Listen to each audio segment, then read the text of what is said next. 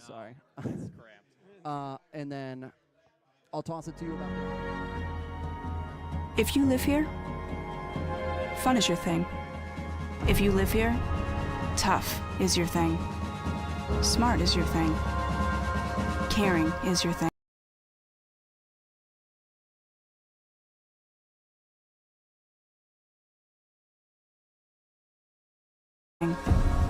If you live in Massachusetts, community is your thing.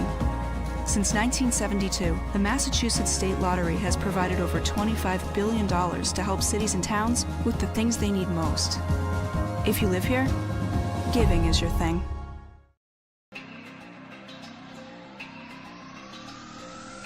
My family earns respect. My family clears bases. My family breaks records. My family wins MVPs.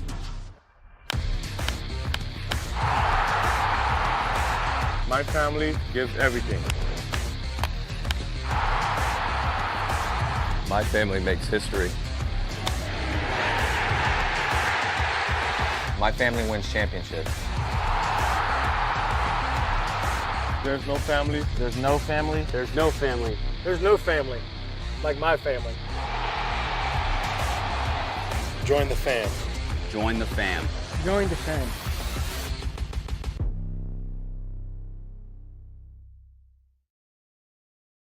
When Alaska Airlines needed a partner for the complex operations of travel, they made the switch to T-Mobile. Our 5G has Alaska Airlines and their customers covered, from major hubs to remote destinations. With 5G coverage ready now for the demands of today and the future. T-Mobile's network powers Alaska Airlines as they deliver next-level care for all customers.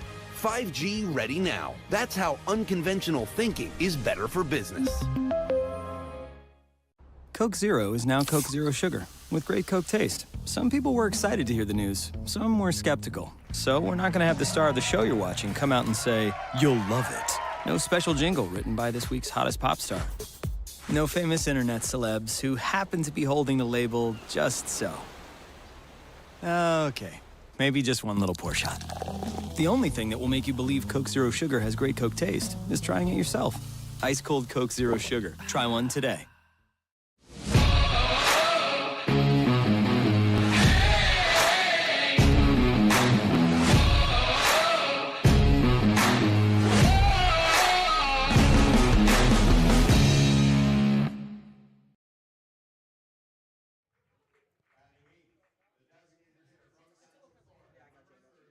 Let's start the celebration.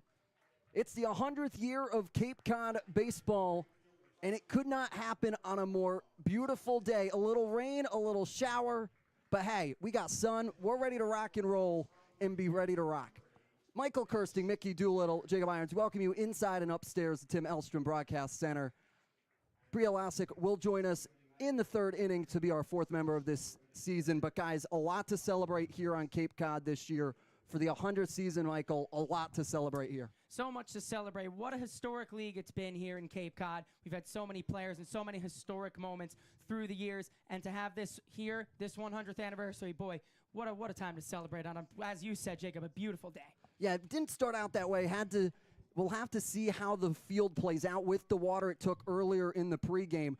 But however, what didn't take water was the hopes of Hyannis that started really strong last year, ultimately making it to the West Division Finals, and they looked really good, and now looking to try and move forward and use that as a stepping stone to this year. That is a perfect way to put it, Jacob. It was an absolutely fantastic season last year for Hyannis, finishing 22-16, third in the Western Division. They did a fantastic job all throughout the season. However, it was mostly in July when they got hot and were able to make that push towards the top of the division. It was a great season that featured them knocking off their arch nemesis in Cotuit in the first round of the playoffs. That is a series that Harbor Hawks fans will never forget. Yeah, we'll never forget here, as well as we start to bring you all of the action this year. Lock in here as we are continuing to move forward here, Michael, and you got to look at this. at this time. We'll take a quick break and be right back here on the Hyannis Harbor Hawks Network. We got opening day on the other side. What are you looking forward to? Adding a takeout window. And more locations. Paying off my student loans. Juggling my 4 small businesses and staying sane. Raising my allowance. Finishing my painting and starting the next one. Catching a keeper. Cashing anything. Making the most of my retirement. Checking my balance and hopefully having one. Whatever you want for your family, your business, or your community, talk to us at Cape Cod 5 because we're looking forward to helping you. Coke Zero is now Coke Zero Sugar with great Coke taste. Some people were excited to hear the news. Some were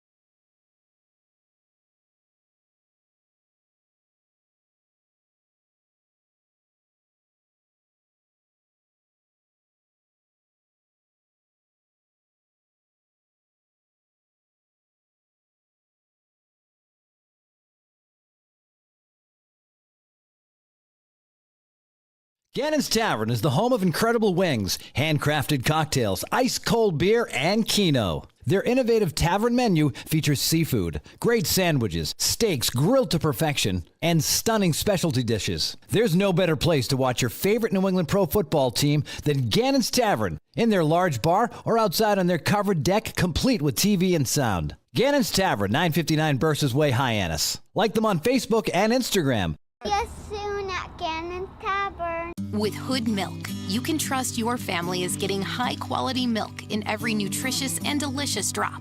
It begins here on farms that Hood selects, with farmers who uphold the highest standards and who pledge to never use artificial growth hormones. And you'll see that care continue right to your home with our Light Block bottle, which protects the fresh taste of your milk.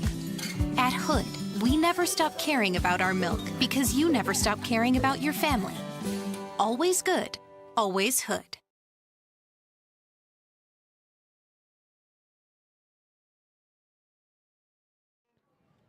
We welcome you back inside a beautiful McKeon Park for Cape Cod Baseball League opening day. And it couldn't be opening day in a baseball game without some lineups. We'll send it over to Mickey Doolittle to take us through the Orleans Firebirds and how they're going to stack up today. The Firebirds have an absolutely fantastic starting lineup. Austin O'Verne's going to lead it off, the freshman All-American, then followed by Cam Jones in the DH spot, hitting second, Aiden Longwell hitting third and playing first base, Fenwick Trimble out in right field, the second-team All-Sunbelt player, Owen Carpoletti, will be doing the catching today, and that will be followed by Jake Casey, Johnny Olmstead, Jack Penny, and J.D. Urso for the Orleans Firebirds. This is a potent lineup that they will look to get to this Hyannis Harbor Hawks, this fantastic Hyannis Harbor Hawks pitching. Yeah, they really do. And now, conversely, let's take a look at how the Harbor Hawks line up today on their lineup, which is proven to be one of those best of the best here continuously throughout the year. And like we talked about, trying to use last year to push themselves forward to get themselves into strong footing. And let's throw it back to Mickey for the Hyannis lineup. Yeah, the outfield's going to go left to right. Ben Williamson, Trey Lipsy, and Justin Casella. And then on the left side of the infield, Eric Snow will be the shortstop today, the AAC Defensive Player of the Year this year. Cam Smith at third, Laurie at second, Lane at first. And behind the plate, it's the 6'5" catcher that we will talk to you so much about here today. It's Brody Donay at the catcher spot. You know, he's great with the bat in his hand, but you do not want to sleep on that arm. He can throw out any runner trying to steal second. Yeah, and Michael, is there anyone right now for the Hyannis Harbor Hawks that you're starting to see that pops off the screen at the current moment heading into this opening day? Yeah, Mickey kind of stole mine. It would have been Brody Donay, but well, I'll take you through another one. It'd be Eric Snow. He, in his freshman year at USF down in Southern Florida, he batted .343, slashed even at the end of the slash line, a 944 OPS as a freshman, leading the Bulls in average and hits. I mean, that's how you make a statement coming into your first season. So he's going to be batting in the 7-hole right in front of Ben Williamson, another really good hitter. He hit nearly 400 himself. So you see it all around this lineup is that there are guys who can produce, and that's what this Harbor Hawks team really, really is looking for, to carry them through and to pick up that success that they found last year. Using that to pick up and continue through. Let's take a look at who's going to be calling the balls and strikes. Mike Ananasa will be behind the plate for the umpiring crew today. At first base will be Chris Kane and Ryan DMR at third base here at McKeon Park on opening day. People still starting to file in and pick up their merch. It's just one of those days that showers turned into beautiful sunshine, Mickey. Yeah, no, it was a little bit scary for a while there. The rain started really coming down earlier. That field was getting awfully wet, but it just let up in time so that we could play some baseball today. You'll really look for those puddles out on the field to see those danger hazards. If players are going to slip, you really don't want to risk an injury, especially during Summer League when all these players have such bright futures. So a great job by this team here, the Cape Cod Baseball League, monitoring the progress of the rain, monitoring the condition of the field, and making the determination that this game is going to go ahead and be played in safe conditions. And man, we have a beautiful way to play this game right now, all sunshine. Yeah, and you're taking a look at the southpaw, Mitch Ferris from Wingate, and really one of those guys that continued to come out. First team All-American by D2 CCA, a guy that has continued to impress, and there is scouts right below us that is here to see this guy figure it out throughout the year. As he throws down, we're about ready to rock and roll. The 100th season of Cape Cod Baseball. Hyannis, a franchise that has been in all 100 of it, looks to continue on this centennial season and move forward.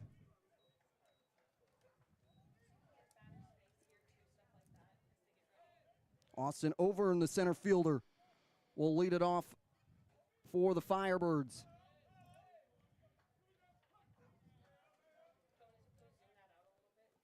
Pitch comes low down, and we're underway between the Harbor Hawks and the Firebirds. A little bird matchup to start the year. 6:01 start, just about a minute late, but just on time if you were worried about the rain earlier. Pop fly in the left center field gap. Shifting over to make the catch and cleanly will be Lipsy. Very nice start. Little 2-pitch out there, and a great job here by Hyannis to get that first out. Always a tough one.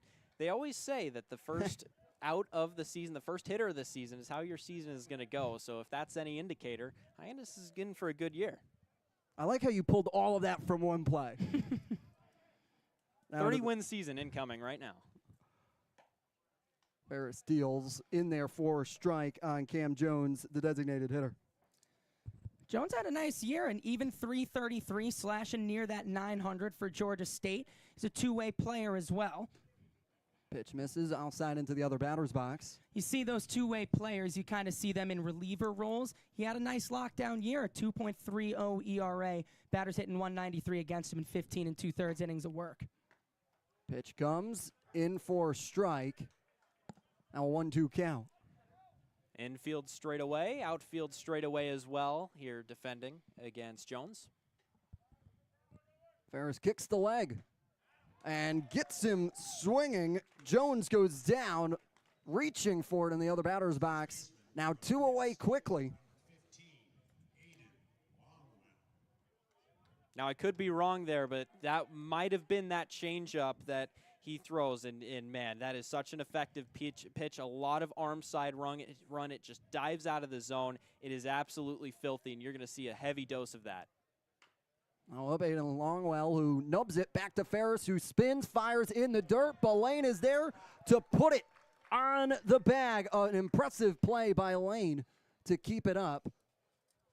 However, Longwell shaken up after the play, still on the ground, being helped by assistance of the athletic training staff. However, we'll take a quick break and be right back. The Hyannis Harbor Hawks get their first at-bats of the season when we come That back. chip on the shoulder, that started at a very, very young age.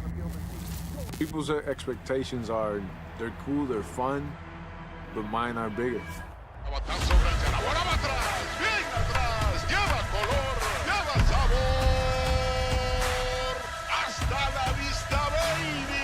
When you play in New York, they want to see winners. It doesn't matter if it's a Monday or a Friday or a Saturday. You got to come with it, or those fans will let you know. Pick one thing from me, pick one other thing from another player, make it your own, you turn to who you want to be. What motivates me is the unknown. You know, how good can I be? You get away from the lights, you get away from the camera.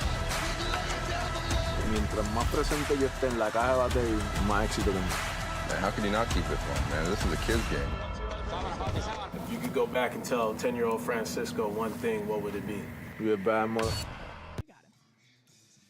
Welcome back to McKeon Park. We're scoreless through the top of the first. The Hyannis Harbor Hawks will get their at-bats next, but really a guy that's going to take the mound for the Firebirds in Daniel Avavida, the right-handed pitcher, drafted in the 19th round to the Chicago Cubs in the 2021 draft. He wears the specs, but don't be fooled. He's going to find that zone all often, as he was one of the leading individuals in strikeouts. Let's listen to this one.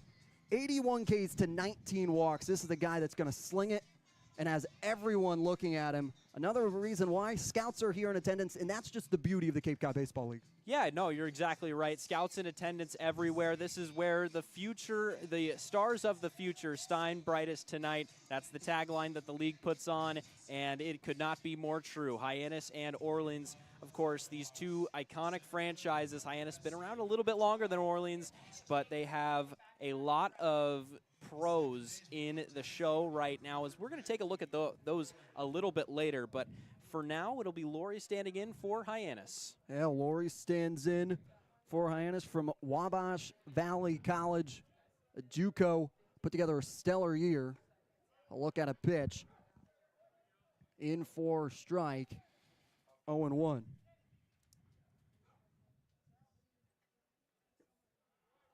Pitch in and away. Went with the slider there, down and away. And if you're Hyannis against a guy that strikes a lot of hitters out, you got to jump on him early if you get a good pitch to hit. Pitch high above the lettering. Yeah, already a good at-bat here from Laurie. As you got to work this count, but if you get one. Laurie rips one down and by Olmstead. Hot one off the bat into the hot corner. He'll round first to retreat back. And the Harbor Hawks start things off with a single from Laurie. You know, right on cue, right as I said, if you get one, you got to jump on it. And, man, he got a fastball down in the zone, knee-high, right out over the plate. And he absolutely scorched that past Olmstead at third, who had to short hop it a bit. A really tough hop there, and it just came up on him. A little bit of a difficult infield here at McKeon, but that would have been a difficult ground ball no matter what. It was absolutely torched. Bunt shown, foul back.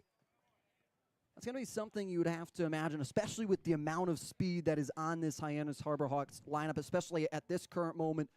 They're looking strong, and they maybe use their wheels a little bit. Yeah, that was their MO last year. It was a lot of small ball, especially earlier in the season. The way the Cape kind of plays a little bit. Early in the season, hitters are adjusting to that wood bat, and you don't see as much power. Chopper that goes foul down the first base line. Pitching dominates typically the first half of the Cape season, and then you see hitters start to adjust a little bit towards the second half. You start to see the home runs come, and, you know, we can watch these guys in batting practice hit bombs all day, all we want, but, man, it's just so difficult once you get that wood bat out there with, you know, that wood bat in hand, something that you're not used to. You're used to metal that pops a lot more. The ball will travel a lot further against guys with absolutely massive stuff, really major league stuff. Yeah, really major league stuff. And why you might see the check back with Laurie had 21 stolen bases in his JUCO season this past year. So maybe want to use his speed in their advantage. On a 1-2 count. Batavia gets him to swing and goes down on strike swinging. Goes high and upstairs. to get him chasing. Yeah, perfect fastball up there, high and in. You know, it's so hard to get the bat around on that pitch. You need, typically on an inside pitch, you need to get that bat head out very quickly. And man, when you have a fastball, a flamethrower up there, it's just hard to do that, especially if it's high and in. And elevating that bat head is just so hard. Now Cam Smith to the plate for the Harbor Hawks, who will look at a strike from Florida State, named All-ACC freshman team. We were watching him at Fenway's pro day yesterday, and he was sending balls to places that nobody else was. They were just sending them all the way up, out, and over the Green Monster. And, you know, even for a major league hitter, that's a tough place to go. But he's been raking, as you mentioned, Jacob, all season long for Florida State, and now hopefully to bring that same energy here to the Cape. Behind in the count, 0-2 early. We'll check back again to Laurie, who gets in safely. Better throw might have gotten Laurie there. He was a little late to get back, but luckily for Hyannis, it pulled Longwell up the line a little bit, and he'll live to see another day. Big lead here. Runner goes, swing and miss, throw down goes high. Laurie in there safely with the stolen base. However, it will be 2 outs after they'll say he left early, and will wipe the stolen base clean from Laurie. Through 1, we're still scoreless. We'll go to a commercial break. Stay with us. You're watching the Hyannis Harbor Hawks on the Hyannis Harbor Hawks Baseball Network. Hey, Mama, what's up? Did you switch my service from Verizon to T-Mobile? Yep. T-Mobile has the only nationwide 5G. Well, Mr. Know-It-all, let's see if you're right about that. Mama. Hey, Mama, I'm working. It works at the pie shop. T-Mobile's 5G works inside and out. Hey, what you need, Mama? I'm trying to watch the game with my boys. It works in the park. Oh, okay. Mama? It works at the aquarium, in the parking garage, at the beach, in the elevators. It works in the movie theater, too. Oh, shush yourself. I'm talking to my baby. You're driving me crazy. I was just calling you to say thank you, baby. I love you. I love you too, Mama. Yes, Mama. It works in the kitchen. Hell, Mama. Mama? 5G, it works in the club. Who are you in a club with? All about it. Hell, Mama.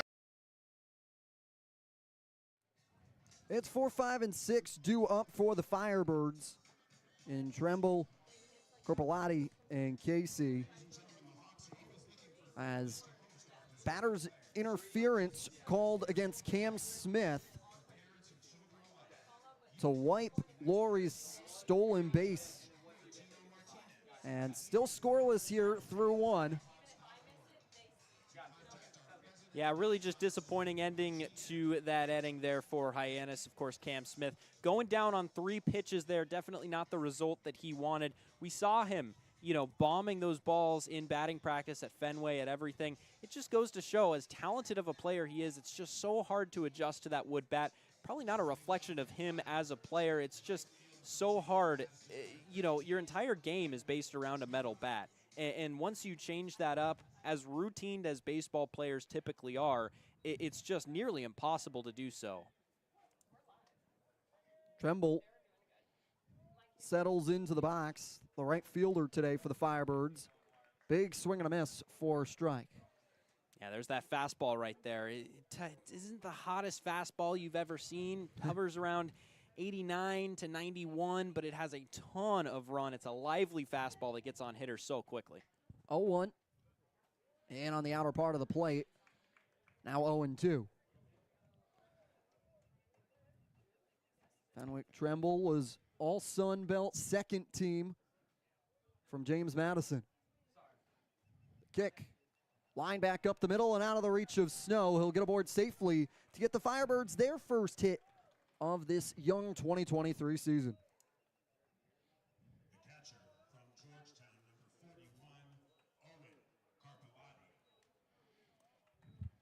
Now they'll bring up Owen Carpolati.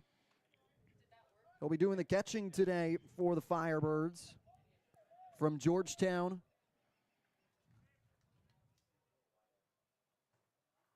Pitch deals.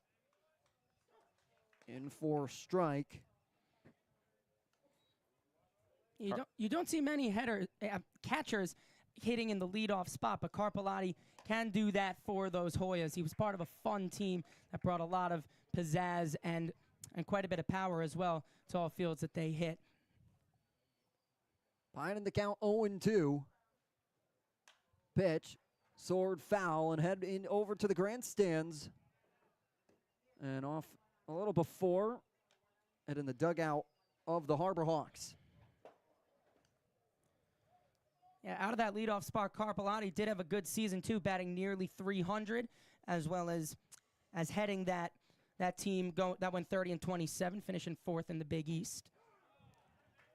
Carpellotti looks at it, and Ferris rings him up for a backwards K. He's got 2 through 1.5 so far. Great pitch there. He brought out that off-speed pitch and just absolutely froze him. Carpellotti had seen a couple of fastballs thus far in the at-bat, probably thinking fastball once more on an 0-2 count or on a 2-strike count, and just got absolutely frozen. And you saw him give a look back at the home plate umpire as to asking him where that was. He's the catcher.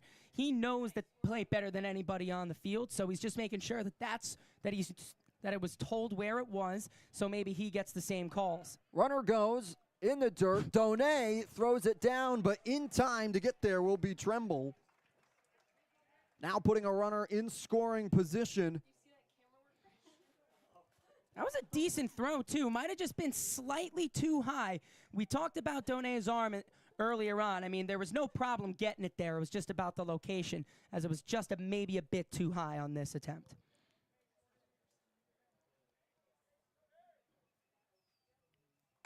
Nothing pitch to KC on an 0-1 count. Talked about it pregame. Donay, a 6'5" catcher. You see him drop down to one knee and not into a traditional catcher's stance. It's because of his height. Pitch in for strike. It's just so difficult as a tall guy to be able to squat down like that and stay low. Donay, even in the squat, he's going to be taller than a lot of these shorter hitters. Something I don't have. As a 5'6" individual, you wish you have that height. Pitch goes high and above the lettering to go 1-2 to see if he'll chase. Hey, he's able to go get the cookie jar, guys. Like, you got to have the two. Some people needs to be able to sneak under a fencing or two. It's almost like you have one of those guys just sitting to your left. Exactly. Pitch in off the plate. Ooh. Tough call there as he put in a perfect off-speed pitch, but just off the outside. Casey trying to battle back here now with a full count. Popped up. Donay going back to the netting. He'll lean back for and make the grab. Just as we talk about Donay, he donates an out to the Hawks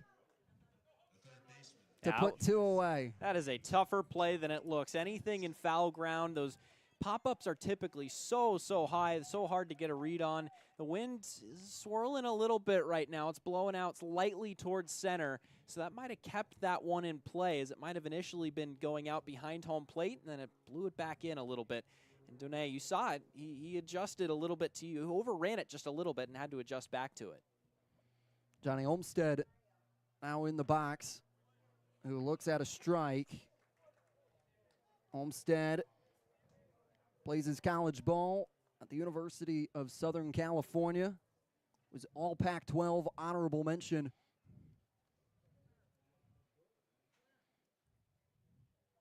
A 1 to come home. Big swing and a miss by Olmstead. Now 0-2. Yeah, Mickey, you talked about it, that you aren't necessarily seeing the speed, but we're seeing really good location so far. Each of these hitters, aside from the runner on second, is just waving and missing. 0-2, did he go? They'll check down to Chris Kane. They say he did not, making the count 1-2. And even on that hit out to left field, it wasn't the worst placement on the pitch. He just had to go down and get it, and that's exactly what he did. But it's been good work so far out of these first early few innings. 1-2. Outside in the other batter's box, evening the count at 2 apiece. As Trimble still stands firmly at second. Firebirds trying make sure they get their first run across of the young season with a runner in scoring position early here in this contest. Foul back into the netting. We'll do it again. Yeah, he was on that one. Typically when you see those fouls go straight back, you kind of just get a piece of it. You kind of get under it, but that means you kind of timed it up right if it goes straight back. So you can feel good about yourself, dig in one more time. Easier said than done against a great pitcher. The 2-2 comes again. Golfed and pulled into left field, foul territory, and we'll do it again. Yeah, there you see he gets out ahead of it after the fastball. So he switched up to the off-speed pitch, and he got out ahead of it and pulled it down the left field line.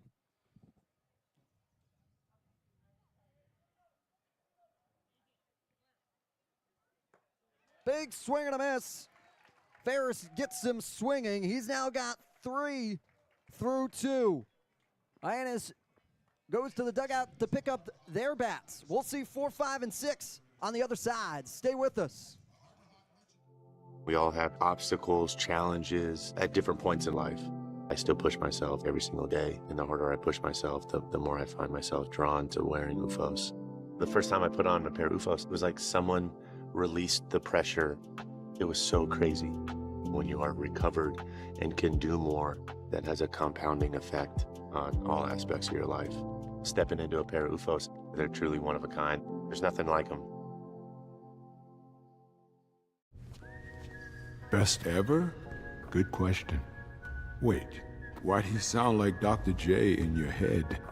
I've always sounded like Dr. J in my head, which means Dr. J's outside voice sounds like my inside voice? Which Coke? The doc would know.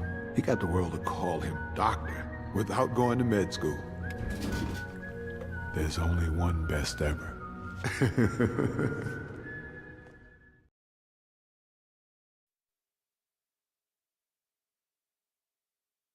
Welcome you back to McKeon Park. It's 4, 5, and 6, and leading it will be Alex Lane, and there's a reason right now he's in the cleanup spot, the first baseman today for the Harbor Hawks. And it was power he showed yesterday at Fenway. Yeah, just like we were talking about earlier with Cam Smith and Brody Donay, it was Alex Lane that he was the one who was also sending those balls, shooting them out to center field. They've got a pretty intimidating triangle out there in center field, but Alex Lane, might have been the one sending them furthest out to center field, right there with Cam Smith. He showed a lot of power, a lot of prowess, and a lot of potential. Lane lines one back and quickly into the glove of Urso. A line drive back, getting the glove down. And yeah, I mean, you can't be too upset with that if you're Alex Lane. I mean, you just got to be upset about the fact that it found the back of the leather. It's a really good cut, and it just so happens that someone's going to be there, and hey, that's baseball sometimes. Big swing and a miss from Brody Donay, the catcher. Talked about 6'5", all ACC freshman team as well. Another big swing and a miss. No mistake about what Brody Donay is trying to do right now. He is trying to put one over the monster. He thinks the monster's still out there. He's trying to take it on once again. Pitch fouled off into the netting. And while not necessarily there's a pitch clock here at Hyannis, there is a pilot program within it, but there is a little bit more of an urgency. These guys played with it in college. You start to see it between Donay as he also stays within the batter's box the entire time as the pitch runs inside. Yeah, and especially in the college game, you know, if you're a college coach, you want guys to pretend that they have the pitch clock on once they go out to summer ball because, you know, that's a big adjustment. You've seen it in the major leagues this year. Guys having to adjust to the pitch clock. You know, you see it as the season goes on that the number of pitch clock violations goes down, and it's the same thing in the college game. It's that, you know, once you get off the pitch clock, your rhythm is a little bit messed up, and you can't get back to it as easily. But here, if you work quick, you stay in the box, you can do something. Avatia gets him to swing and miss, a ball that grazes the dirt. 2 away quickly here in the bottom of the second to now bring up the shortstop, Eric Snow, from the University of South Florida. Another freshman who is just showing out in his first year as an audition to the college baseball world, batting .343 for USF.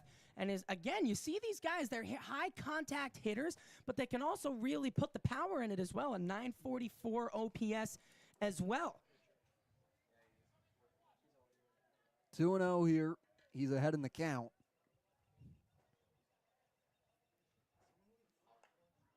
Pitch hits him on the elbow shield. He'll take first base. It's the beauty of that shield right on that elbow. Acts like nothing happened, taking a ball off of it to put a runner on first. Yeah, and you wonder why people haven't been doing that for 30 years now. It's unbelievable that we've gotten to this point that, you know, elbow shields have become commonplace, because how many times have you seen guys getting an elbow injury after getting hit by a pitch? It's just too commonplace, and now that we've got that protection, it's great. Pitch in on a strike for Ben Williamson. Tens William and Mary. Savatia tosses one in for strike. Yeah, Ben Williamson, the CAA Player of the Year, an absolute dominant factor on the baseball diamond. Not only is he great with the bat in his hand, he is a slick fielding infielder.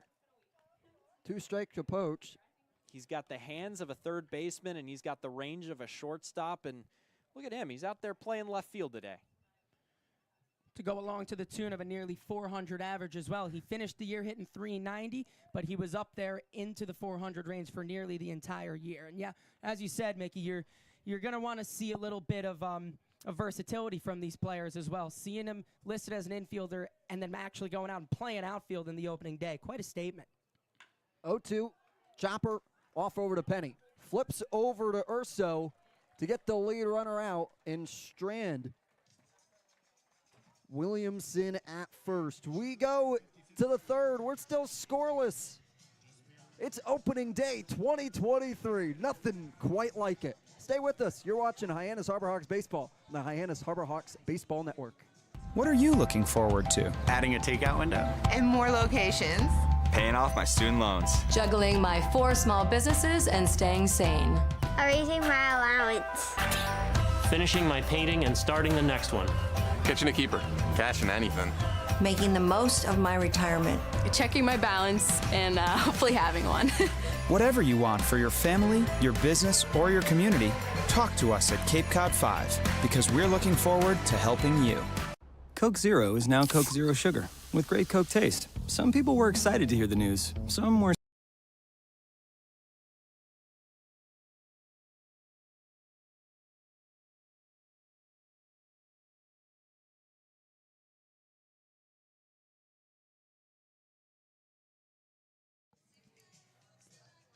Welcome you back to McKeon Park. Sun shining, sun starting to set. 61 degrees. Toss that sweatshirt on. A little seaward breeze here in Hyannis. But someone that's breezing it into the strike zone is Mitch Ferris. Yeah, Mitch Ferris, absolutely phenomenal pitcher. He's gotten through these first couple of hitters for Orleans pretty much no problem. He gave up that single, but his pitch mix is really, really, really, really good. It's a fastball that he throws about 50% of the time. Again, runs 88 to 91. Again, that arm side run, lively fastball, we talk about that a lot. But the fact that he has 3 secondary pitches that he can use to strike out hitters on 2 strike counts, all of them are strikeout pitches, changeup, curveball, slider. He got a couple of hitters with that changeup, and it is one of the better ones you will see. It's got a ton of arm side run. It looks exactly like his fastball until you realize you're about 80 miles too early with your swing.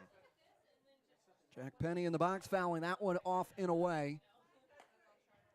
And then you got that curveball and the slider. And man, the curveball, of course, has that north-south movement. Slider more east-west. You know, you want to put it more in the lower, you know, if you're facing a lefty like he is right now, low and away, you know, that's the pitch that you want to go to more against lefties.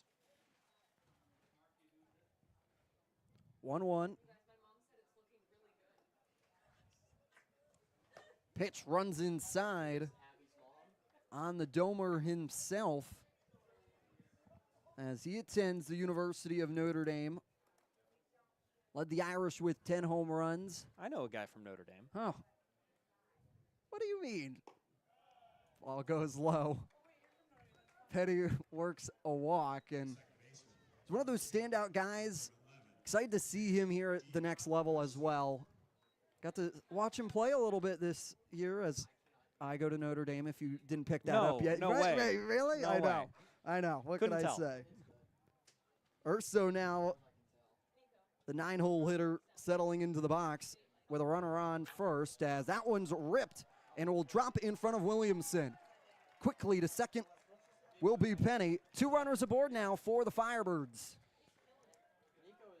And we were talking about it on the other side, that this is a pitcher that likes his location. You're not necessarily going to find too much heat on his pitches. So when he leaves one out, you got to go get it, regardless of how early it is. And that's exactly what J.D. Urso just did. And now back to the top of the lineup. It's a dangerous one as well. So now the Firebirds are in business here with nobody out.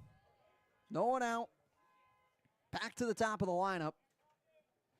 And Austin Overn. Bunt shown. High flyer. Ferris able to pick it up. A little PFP to get the first out. Yeah, it's not very often that you see a little pop out back to the pitcher, but Ferris fields his position well, moved off the mound, made a little rangy play right there. Not really. He had to move about 10 feet to get that one, but good job by him nonetheless to be ready for it and get the first out of the inning. And that's a big out, too, after starting the way he did, a walk and then a clean single on the next pitch after that walk. That's a really big out to go get, as they show again. Punch shown again by Cam Jones. On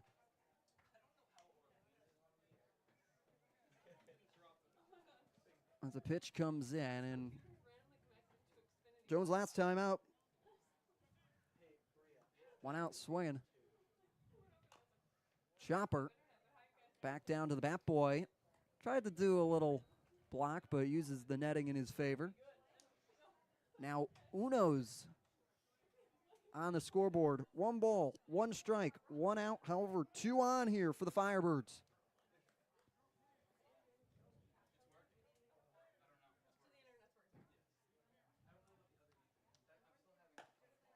Jones looks at a fastball off the plate, 2-1. There's that run of that fastball kind of working against Ferris. It kind of just tailed off the plate a little bit. Normally that run is really, really good if it can move a little bit, but works against him there and goes out of the zone. Still a really good pitch, though. 2-1. Gets him swinging. Now evening the count at 2 apiece. Just filthy. And you could argue that maybe it was a very good spot on the pitch, but that's on Donay as well to try to get that pitch to look a little bit better for his pitcher. But again, a decent spot. It's been Ferris hitting all of his spots so far today. 2-2, Chopper. That gets away. It'll be a strikeout nonetheless. However, Penny and Urso moving 90 feet closer to home each, now putting 2 in scoring position. However, 2 is away. Yeah, you'll take that if you're Ferris. That puts 2 in scoring position, but normally, I don't want to get into analytics too deeply, but analytics will say you'll trade an out for maybe a little bit of base position there.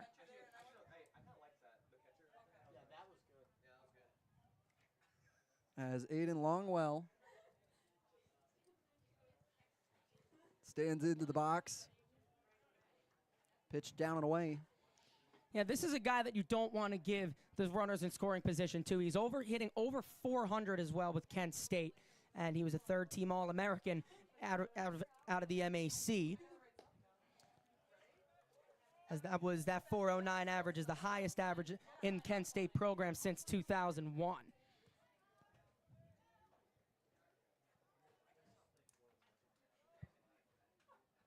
(2-0) here. Ferris looking to try and cash in on a strike, and does.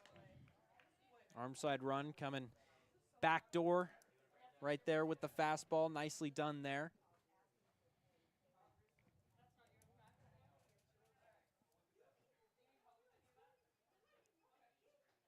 (2-1). Nips it. Filthy. Just filthy. Mitch Ferris. there's nothing you can do about that. You just saw a fastball that's just moving, and then you come back with a hook and an off-speed pitch, and oh man, there's nothing you can do about that. Holds up there.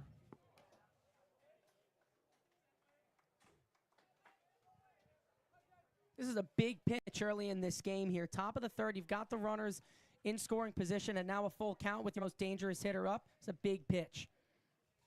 3-2, chopper up the middle, diving out, turning to try and get there, not in time. Lane's going to keep it in front of him. Scoring will be Urso, and Penny coming across first. It's now 2-0 Firebirds. A great play by Laurie to dive out for it, but couldn't get there in time as Lane struggled to keep it in front of him. And the smart base running from Urso to continue on and cruise past third to score. It's a tough play to make by Lowry. Great job to just keep it in the infield and just get it over to Lane. But you'd almost think that maybe if he didn't throw that and just ate that play, that runner stays at third because the throw wasn't the best. So you look back at that and think, that could go either way. Of course, it's the last out of the inning, and you want to get out of the inning unscathed. But that same throw is the reason why they're up 2-0 to partner the good base running of Urso. 1-0, swung and miss by Tremble. And I don't know if you're the Harbor Hawks. I don't think you can knock Lowry for that. He laid out. He made a really, really tough play. No. And to keep it in the infield to guarantee that not necessarily 2 runs would score. Of course, the 2 runs did score at the end of the play, but to make sure that to give that a little bit of a angle of difficulty more. It's a good play from Lowry. Off the bat, I didn't think he had a chance. Yeah. I didn't think there was a shot in the universe that he was going to get there, and that was just an unbelievably rangy play we saw him to get there. 1-2, foul back off into the netting. But then, yes, I agree that throwing that ball over to first maybe wasn't the best decision, but you can't knock him to try and get an out there. Now trying to get out with only allowing 2 to plate. Southpaw sets and fires. In for a strike. Tremble goes down looking. However, the Firebirds streak 2 across. Hyannis goes to pick up their bats to see if they can answer. We go to the bottom of the third. That chip on the shoulder, that started at a very, very young age. People's expectations are, they're cool, they're fun, but mine are bigger.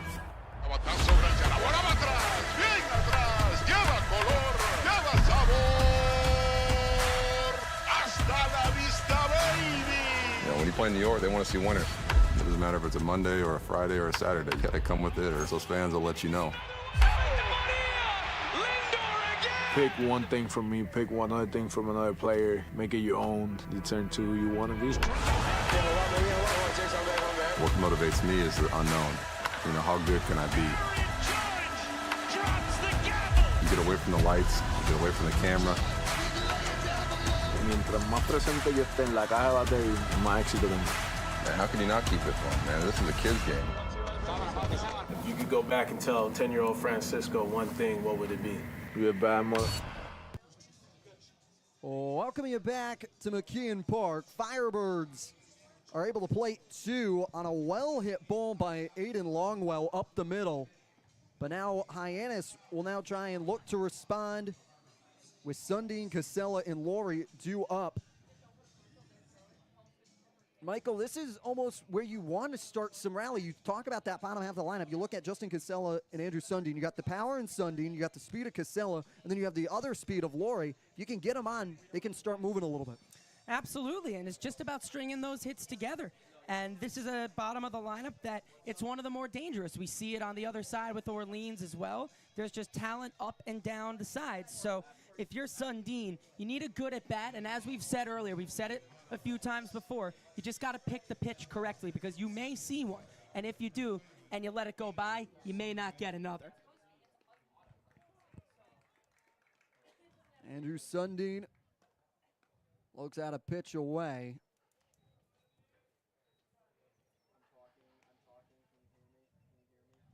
The All-AAC first teamer looks at a strike. Attends the University of Central Florida. Long grazes into the other box, and that's a UCF team that won 7 in a row to end the year. Really strong showing from them. That one's fouled off and out of play. My Amazon's declined.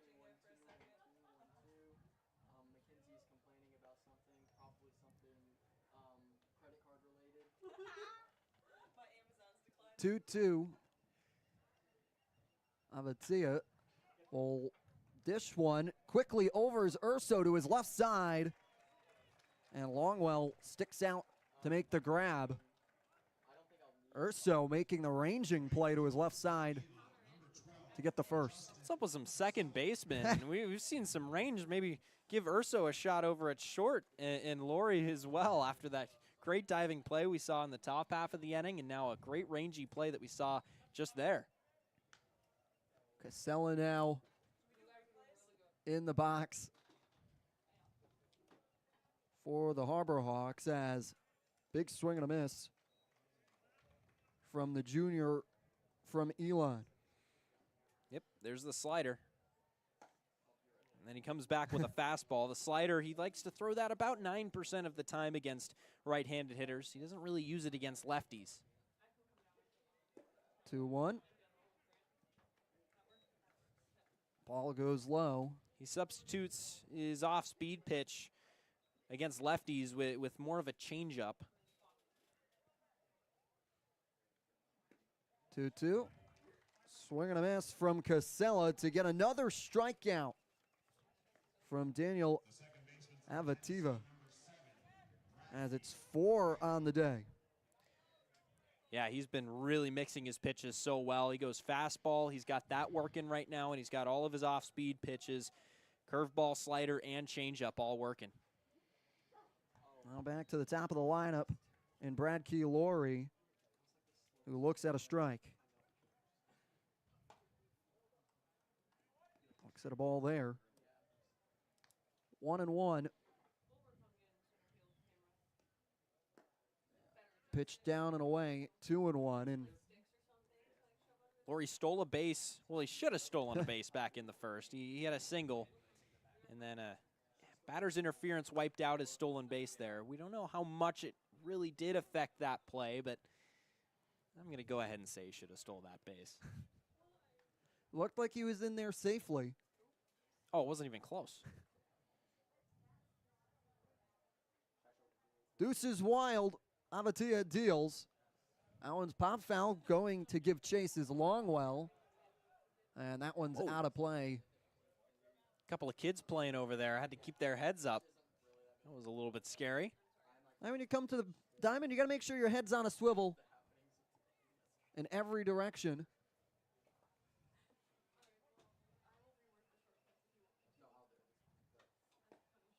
Two.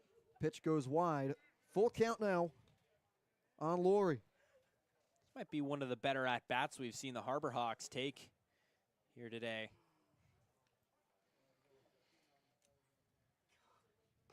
And Laurie will work a walk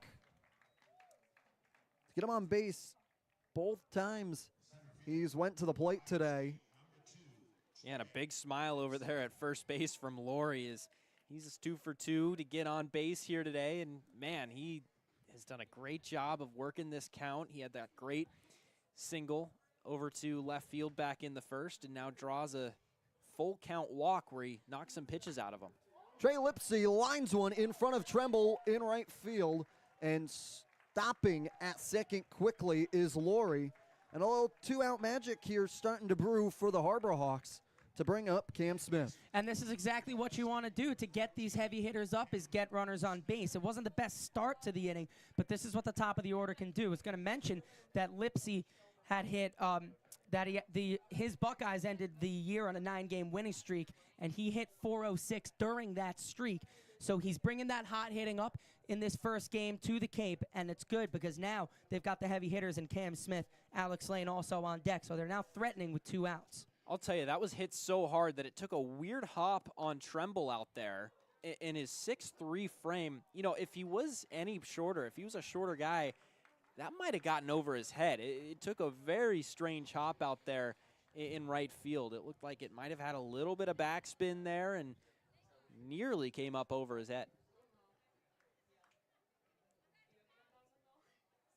0-1. Pitch away, now 1-1. It's here. It's just, you got to stay within yourself. If you're Cam Smith, the Florida State product, has seen his share of clutch moments this year. Pitch goes high. All ACC freshman, 285 or 258 hitter, excuse me. The 8s and the 5s sometimes switch on you. 2-1. Now becomes a 2-2 with a pitch in there. Borderline call right on the black there. Could have gone either way.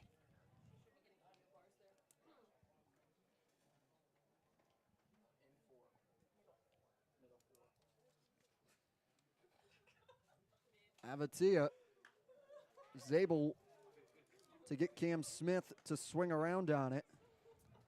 Pitch that looked like it could have been ball 3 there. Yeah, it looks like he went with that changeup. He doesn't throw a ton of them to righties. He throws more to lefties, but he'll use it every now and then. And good spot to break it out there. 2-2. Smith held on it. Should have went around. Avatia getting another one. Orleans leading by 2. We're going to the 4th. Stay with us. You're watching Harbor Hawks baseball on the Harbor. Hey, Mama, what's up? Did you switch my service from Verizon to T-Mobile? Yep. T-Mobile has the only nationwide 5G. Well, Mr. Know-It-All, let's see if you right about that. Mama.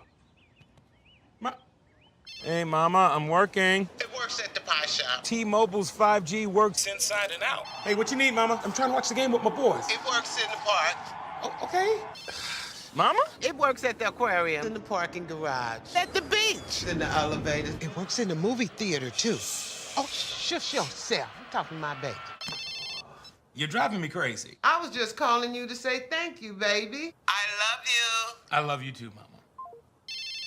Yes, Mama. It works in the kitchen. Tell Mama. Mama? 5G, it works in the club. Who are you in a club with? All about it. Tell Mama.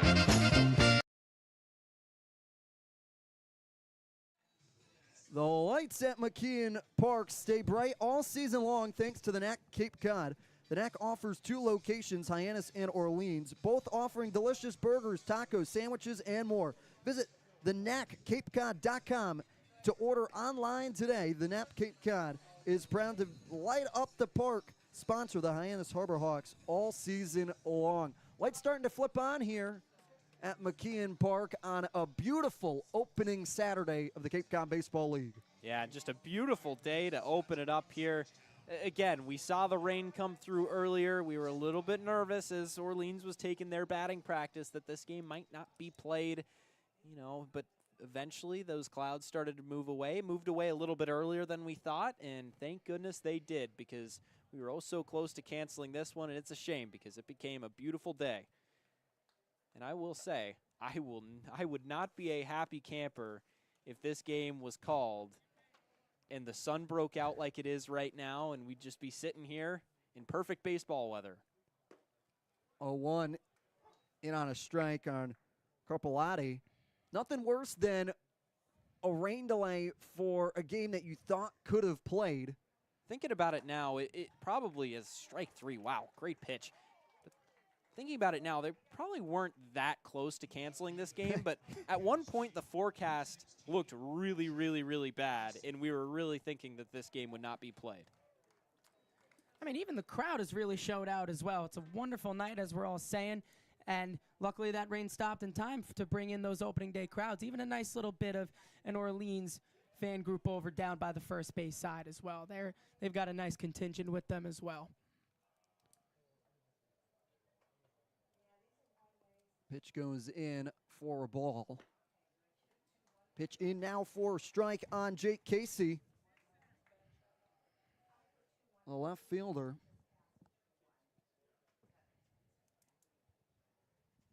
One and one count. They'll appeal down. to Ryan DeMayer. You know, that brings up a point. Throughout the summer, I think you guys will realize that one of my biggest baseball pet peeves is when catchers don't appeal. 2-1. In 4 strike, 2-2. It's just like you're allowed to do it as many times as you want. There's no penalty. It doesn't slow down the game. And when they don't do it, you don't get any chance of saying no swing. So it just really grinds my gears when they don't do it. Pitch down and in the dirt. Now a full count.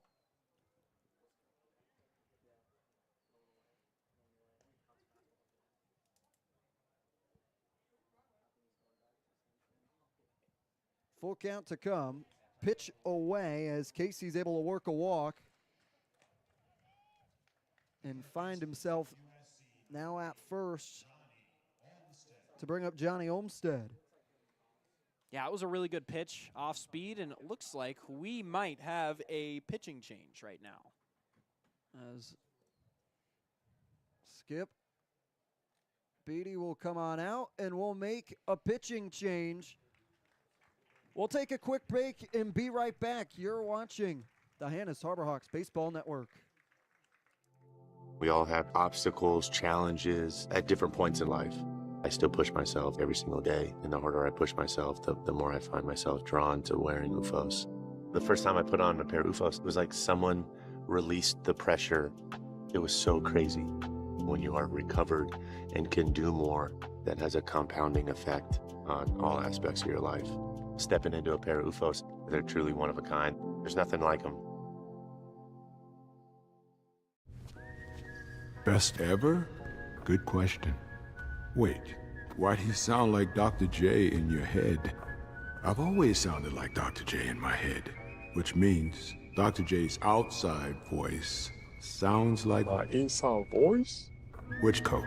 The doc would know. He got the world to call him doctor without going to med school. There's only one best ever.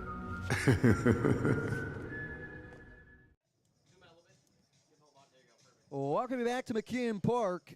It'll be a quick pitching change for the Hyannis Harbor Hawks, as something very much unlike Mitch Ferris in his all 12 of his starts in the college season. He went at least 5 innings, however, making a quick exit here in the 4th to bring up Ethan Lanthier, celebrating his 20th birthday. Which better way to get an appearance than on your birthday to come in and already get to work early? Yeah, you're exactly right. And something that we should put out there early in the season for Harbor Hawks fans is, in summer baseball, these are college guys trying to get some work in for the summer. So a lot of times they won't go into deep into games because they are just trying to get work. But a lot of what you will see is some of the best pitching in the nation, and we saw that here today. Yeah, and Ethan Lanthier had a 4.84 ERA out of St. Cloud State in 35.1 innings pitched.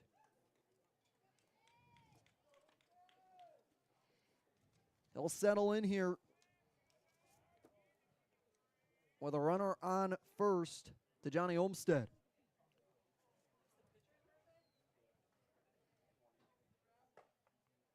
Pitch goes high, in for a strike, 0-1.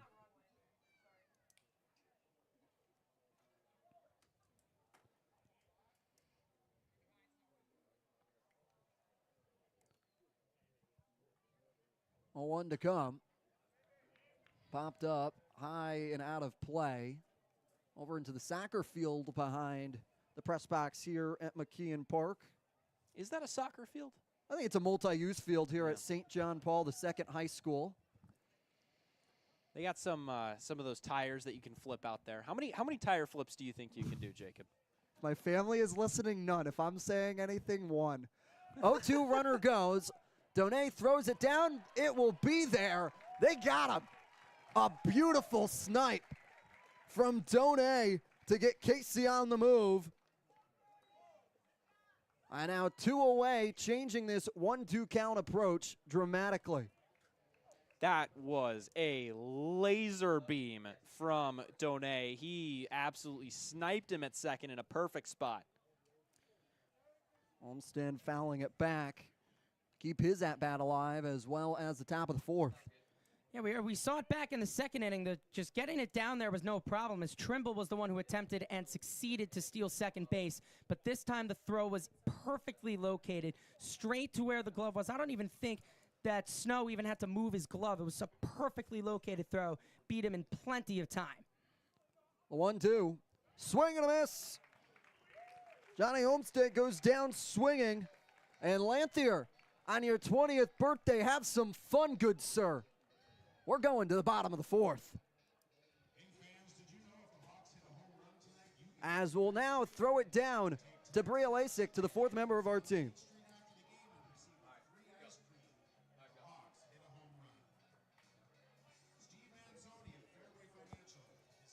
Played here for about 2 weeks last season, comes in to be the hitting coach. A little Tampa connection there with Coach Beatty, and another Tampa connection as well, Tino Martinez, with 16 years of Major League experience. He's just going to help the guys in whatever kind of facet they need, but I talked to him before the game. He said that he's a little bit nervous for opening day. He said he hasn't had one in a while, but so far, you know, he's enjoying it, being in the dugout, being back, and you know, we'll see where this season takes both of them. Sponsor of the 100-year anniversary is Baseball Cloud, data that tells the whole. Thank you so much, Bria. Dino making that great contribution to this team and get to bring that Major League experience here on the Cape. And that's what every one of these players dreams about, is getting to that next level. When you talk to them and you read all of their bios, it's, I want to play professional baseball. And what's better than to have Tino Martinez as one of your assistant coaches, Michael? There's nothing better, because he's a guy who brings quite some experience to the sidelines. It's all these guys who may have missed Tino by just a little bit because of their young age, but some of them could have been barely born to see Tino on the Mariners and the Yankees. Me being a Yankee fan myself, it's quite an honor for me as well, as he's brought such amazing experience to the Cape. He was talking to him earlier in the game that he was a little bit back and forth on coming, but as the season crept closer, he knew that this is something that he wanted to do with his entire heart, and bringing the experience that he does on the field and as well as in the big moments in the championship games. It's something that's absolutely invaluable. Swing and a miss from Alex Lane to tie the count at 1 apiece. Final line on the day as the book closes on Mitch Ferris. 3 1/3 innings, 3 hits, 2 runs. As Lane gets a piece of it, and he'll dribble to the fencing. He'll round first. Coming in standing for a double, Lane putting the slide to get a little dirty. Putting a runner in scoring position with nobody out. Alex Lane, the first baseman out of Northeastern, showing his Husky prowess. That was an absolute laser down the left field line. Found its way into the corner, and a great job hustling into second, as Orleans got that in pretty quickly, as Casey was able to hit his cutoff man, but he slid in safely to second, and the Harbor Hawks are back in business. Pitch in on a strike to Brody Donay.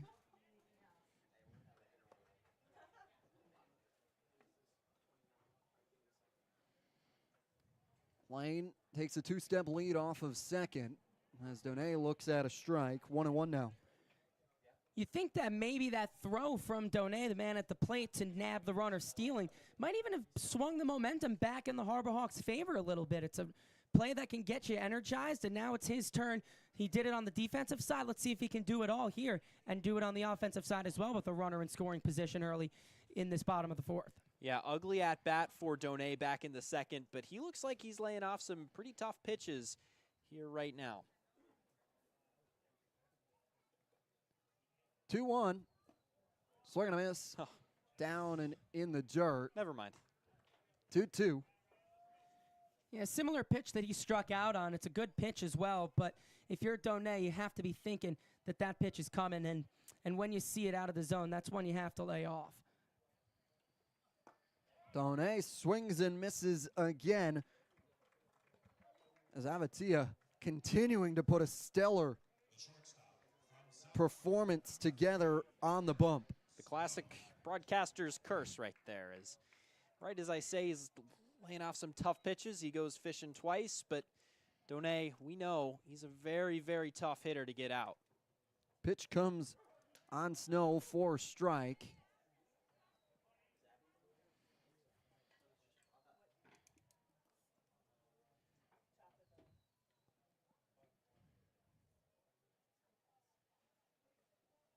Pitch comes home, liner, back off to Penny to his left side. Bobbles it, keeps it in his glove, throws over to Longwell in time.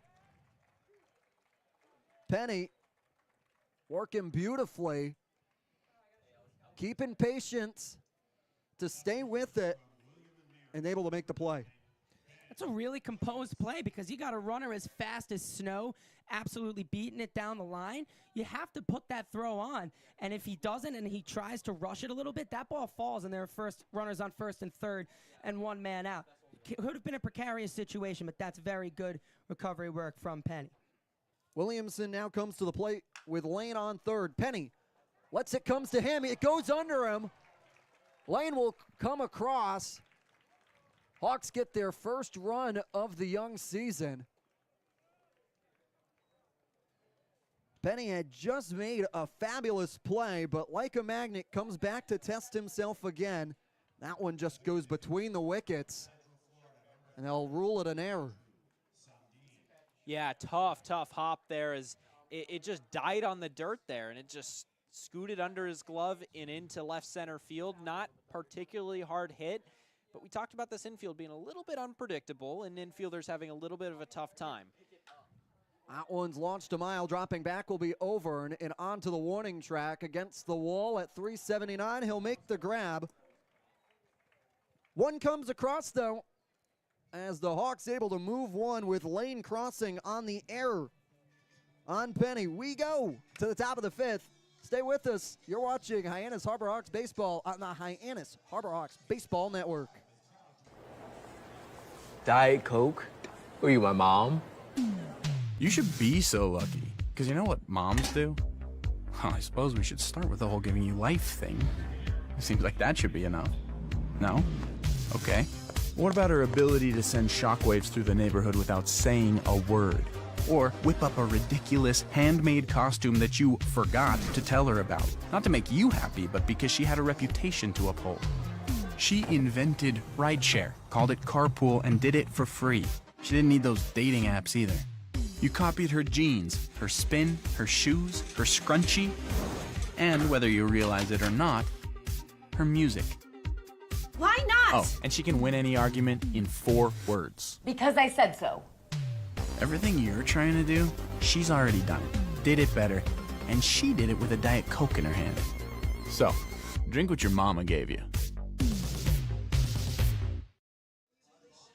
Welcome you back to McKeon Park. Hawks able to get one back after the error by Penny. Now you're going to try and work forward and continue to make your movement. Now Lanthier in this position got to just continue where he came in for relief. Yeah, no, you're exactly right, Jacob. And he comes in and he did a great job back in the previous half inning and comes out here in this inning looking to pick up right where he left off. He struck out Olmsted, and he looks to continue that work into the bottom of the order for Orleans. It's going to be 8, 9, and 1.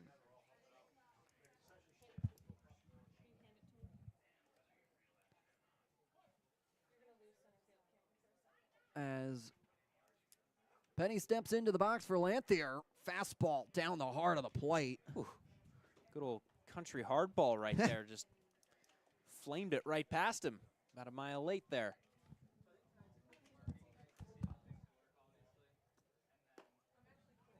Pitch in for strike.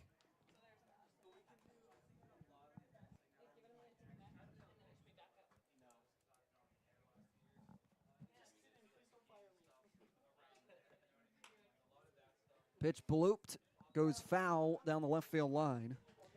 Yeah, hit the end of the bat there and was able to make a little bit of contact with that one, but it went down the left field line and out of play. No harm, no foul. And those are the ones as a pitcher you really don't want to see come down for a hit because he did everything right. He got the contact you wanted. And if that comes down, that is just so demoralizing, and that's where you see pitcher's grit come into play. Penny pops it up, out of play.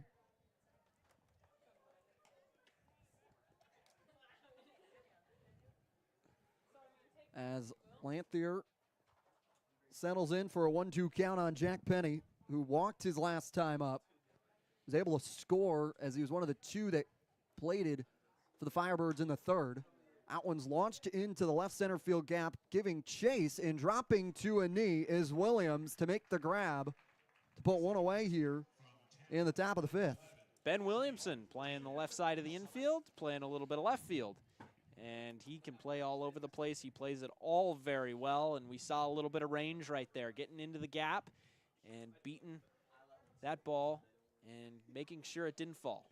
That's a tough play, too, because this is the first game of the season. These guys haven't been together for too long, so you don't exactly know how some of these guys operate next to each other. Williamson, not necessarily familiar with left field either. So it's a nice play from Williamson as well as from Lipsy to communicate, because that one could either fall between them or they could crash into each other and it could fall. Pitch comes, made solid contact. Williamson laying out, makes the grab. Ben Williamson, back-to-back play. William and Mary's product. Yeah, man, you caught that. Ooh, he's showing off his range out there in left field. Going all the way back. That couldn't have possibly played that better. He got a great jump on it. And I don't know many left fielders that could have gotten to that ball. Yeah, I don't know. Maybe he heard me say that he isn't necessarily familiar with left field. He ranges over. That's on the backhand, too. He's got to lay out to make that play. And, man, what an unbelievable play to save shortly extra bases. Pitch down low on Overn. Ben Williamson, have yourself a half inning, good sir.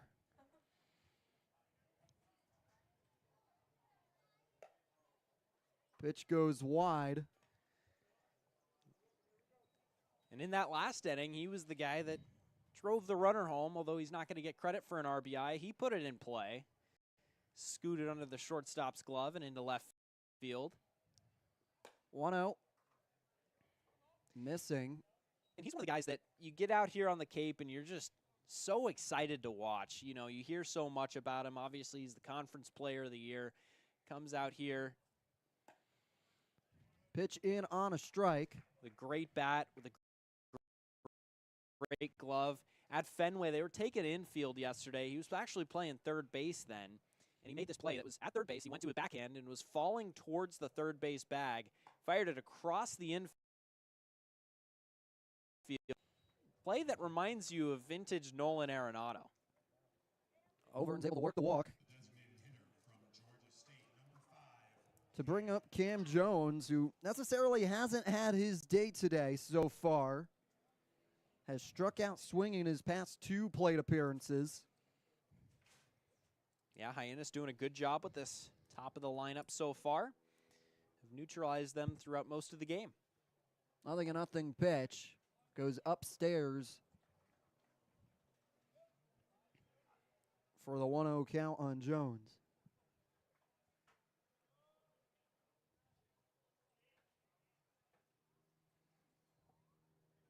Runner in motion. Donate throws one low out of the grab and hitting the streaking Overn and keeping it in shallow center field.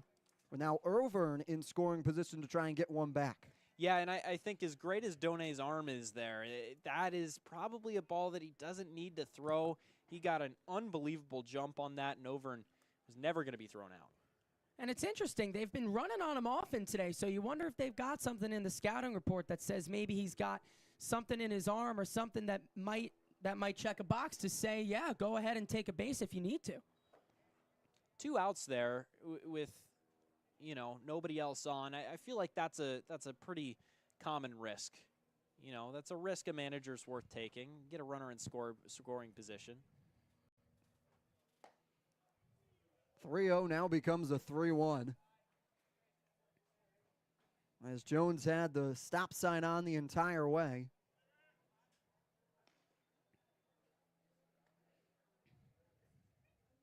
The 3-1 pitch from Lindor.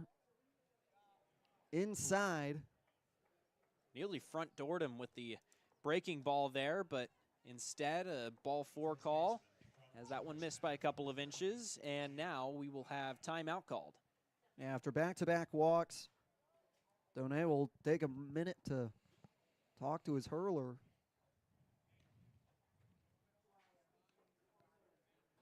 Have a conversation.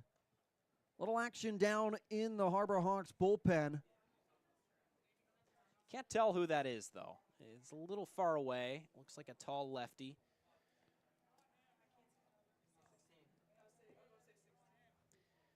And at 16 is Hayden Frank. Beautiful camera work by our entire production crew, getting us off and running on opening day. Couldn't ask for a better team of individuals to work through no internet earlier today to get us here and on your screens across the country.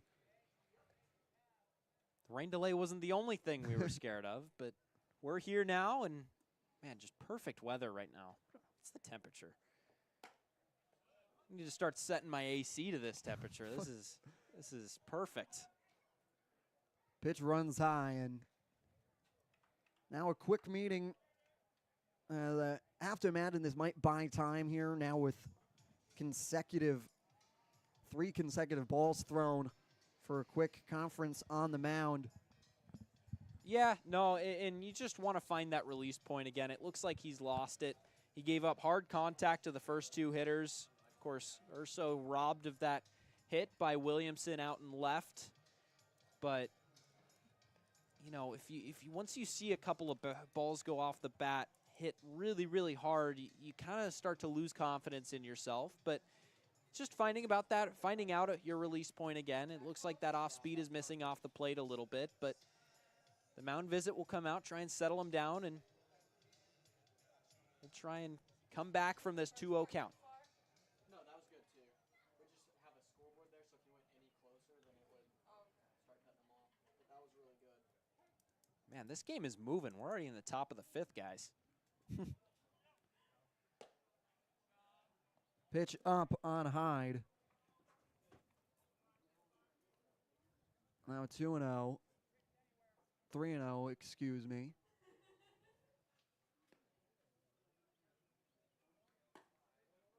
Pitch in on a strike. Yeah, went back to that fastball. Might think twice about throwing it twice here, but maybe not the worst idea if you can put it on a corner. And that's exactly what he did. Perfect pitch right on the outer third black, and the count runs full. Full count. Popped up into the infield. Dropping back will be Snow to make the grab. Hyannis is able to work out of the jam with 2 runners on. They go to pick up their bats. They're down 1, going to the bottom of the 5th. We all have obstacles, challenges at different points in life. I still push myself every single day, and the harder I push myself, the more I find myself drawn to wearing UFOs. The first time I put on a pair of UFOs, it was like someone released the pressure. It was so crazy. When you are recovered and can do more, that has a compounding effect on all aspects of your life. Stepping into a pair of UFOs, they're truly one of a kind. There's nothing like them. Best ever? Good question. Wait, why'd he sound like Dr. J in your head? I've always sounded like Dr. J in my head, which means Dr. J's outside voice sounds like my inside voice? Which Coke? The doc would know. He got the world to call him doctor without going to med school. There's only one best ever. Welcome you back to McKeon Park.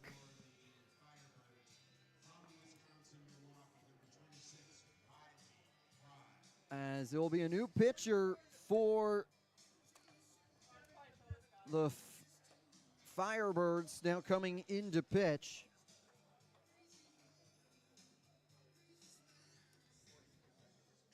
Will be Fry from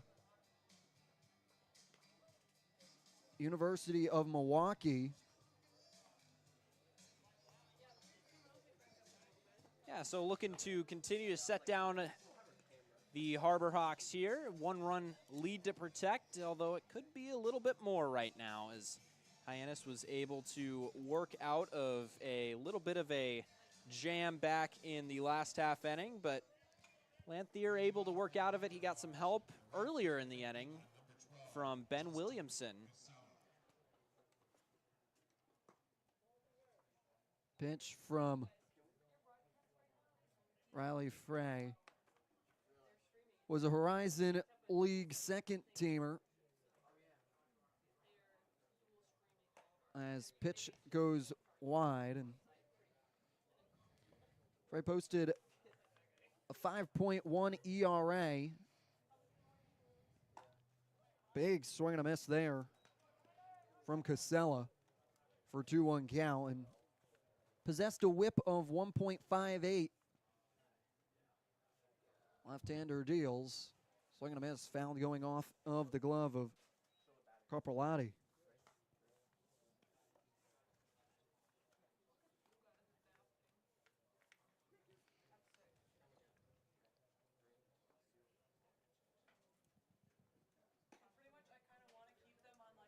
Two goes wide.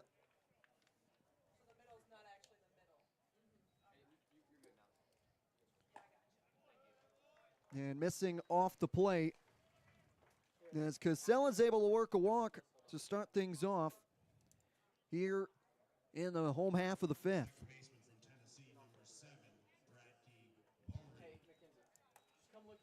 Now going back to the top of the lineup, and Bradkey Laurie, the second baseman for today's contest, has reached first in both of his plate appearances, had a hit in the first and had a walk back in the third.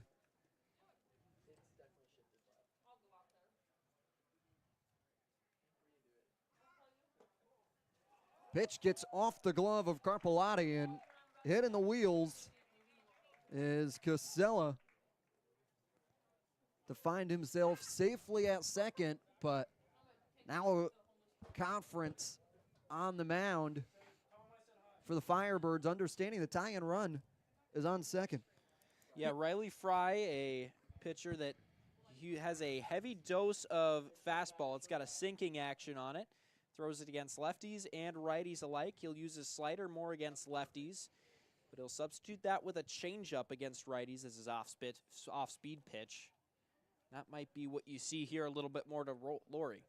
Yeah, it's what they're talking about on the mound. This is an important at-bat because you mentioned it, Jacob, that he's reached both times, and then with Lipsy and Smith coming up after this is a dangerous part of the lineup, as is the entire Hawks lineup. But the leadoff runner on and in scoring position for a guy with a high on-base percentage, you're going to want to get these pitches right. 2-0, bunt shown, in for strike. Not a bad idea here with nobody out. Try and get that runner over to third, and then a little bit of a sacrifice fly situation for Lipsy. Swing and a miss from Laurie, evening the count at 2. Second baseman Urso looks like he shifted over to the left a little bit, perhaps trying to keep Casella on.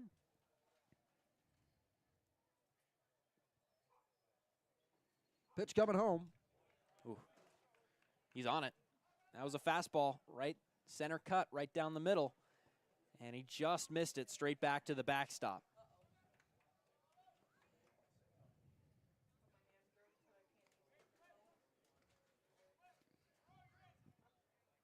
Two with Laurie in the box. Fouled off. We'll do it again. Yeah, good battle brewing here. Laurie sticking in there. He's had a really good approach at the plate today. Of course, he drew that full count walk back in the third, singled in the first to get us started for the Harbor Hawks. Now looks to come through and tie the game. Pitch comes home. Nubbert will do it all again.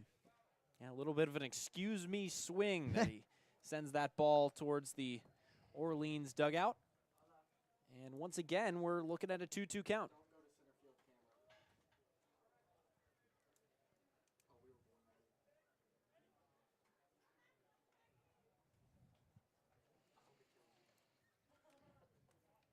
Two runner set in motion as the pitch will fly off into left field. Sprinting back, will it be in time? It will be. A beautiful job by Casella. He'll be in there safely. Ooh, that was very, very close, and that's the risk that you run with sending a runner in a 2-strike count, as Casella really had to swing there without striking out, but great job by Casella. He slid into third base, had a long way to go to get back to second base, a long 90 feet, but was able to do it thanks to a little bit of help from the dugout who communicated to him to get back, and no harm, no foul. Except for the pop-out. That isn't great.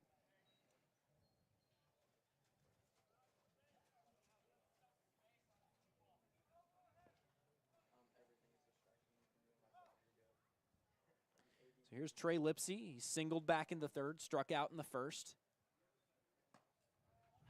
Swing and a miss there. Now on a 1-1 count. And you talk about these players adjusting to the Cape Cod and getting out here. A lot of these batteries, a lot of the pitchers and the hitters have only recently started throwing to each other. So runner goes again. Bunt shown. Throw down. They'll get him. A beautiful throw from Carpolati to get Casella in motion. 2 outs.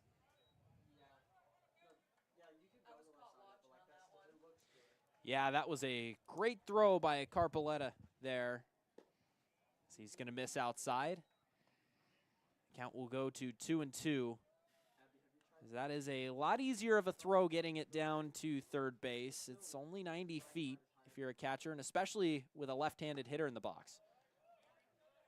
Pitch missing below the knees. An unobstructed throw down to third base, and I'm not sure if I agree with the decision to send him, although, you know, with 1 out, you know, you might want to get that runner over to try and set up a situation where he can tag up. Now Lipsy's able to work a walk to put him on first with 2 outs to bring up Cam Smith, who once again necessarily hasn't had his day in the box so far, has struck out his past 2 at-bats, looking to try and get the ship rolling here in the bottom of the 5th. Yeah, Mickey, you mentioned the decision to send him to third.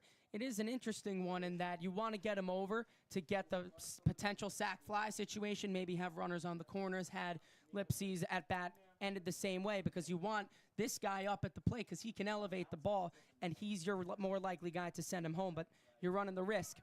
Runner set in motion, fouled off in Smith in the box, sending Lipsy back on over. And we talked about this team for the Hyannis Harbor Hawks. They've got speed. Coach Eric Beatty wants to use it. Yeah, you're exactly right. And in this situation, why not? 2 outs, runner at first, get a runner in scoring position, see what Smith can do. Watch a pitch go wide. Looked like a pitch out there. Yeah, looked like it there. So Orleans defending against this small ball of the Harbor Hawks. That's kind of Coach Beatty's MO.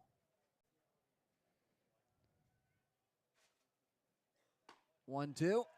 In at 84 miles an hour, 4 strikeout. The Hawks had one on, losing him to the steal at third, and Lipsy gets left stranded at first. We go to the 6th.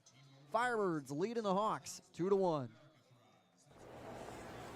Diet Coke? Were you my mom? You should be so lucky, because you know what moms do? Well, I suppose we should start with the whole giving you life thing. It seems like that should be enough. No? Okay. What about her ability to send shockwaves through the neighborhood without saying a word? Or whip up a ridiculous handmade costume that you forgot to tell her about. Not to make you happy, but because she had a reputation to uphold. She invented rideshare, called it carpool, and did it for free. She didn't need those dating apps either. You copied her jeans, her spin, her shoes, her scrunchie, and whether you realize it or not, her music. Why not? Oh, and she can win any argument in 4 words. Because I said so. Everything you're trying to do, she's already done it, did it better, and she did it with a Diet Coke in her hand. So, drink what your mama gave you.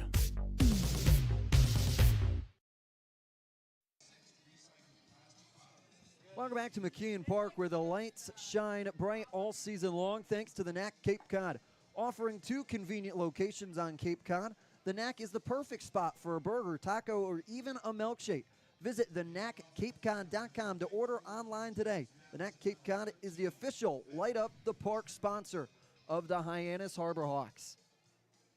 We now move to the 6th, sun still setting, now completely in the shade, minus maybe a little right field. Still getting a little bit of sun out there for Casella. Pitch comes in for strike on Fenwick Trimble.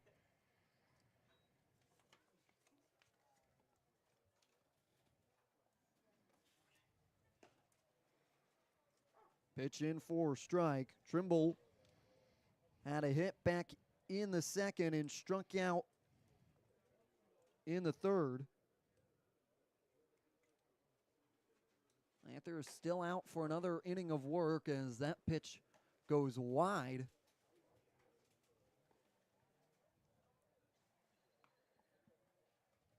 Been a bit of a weird game so far.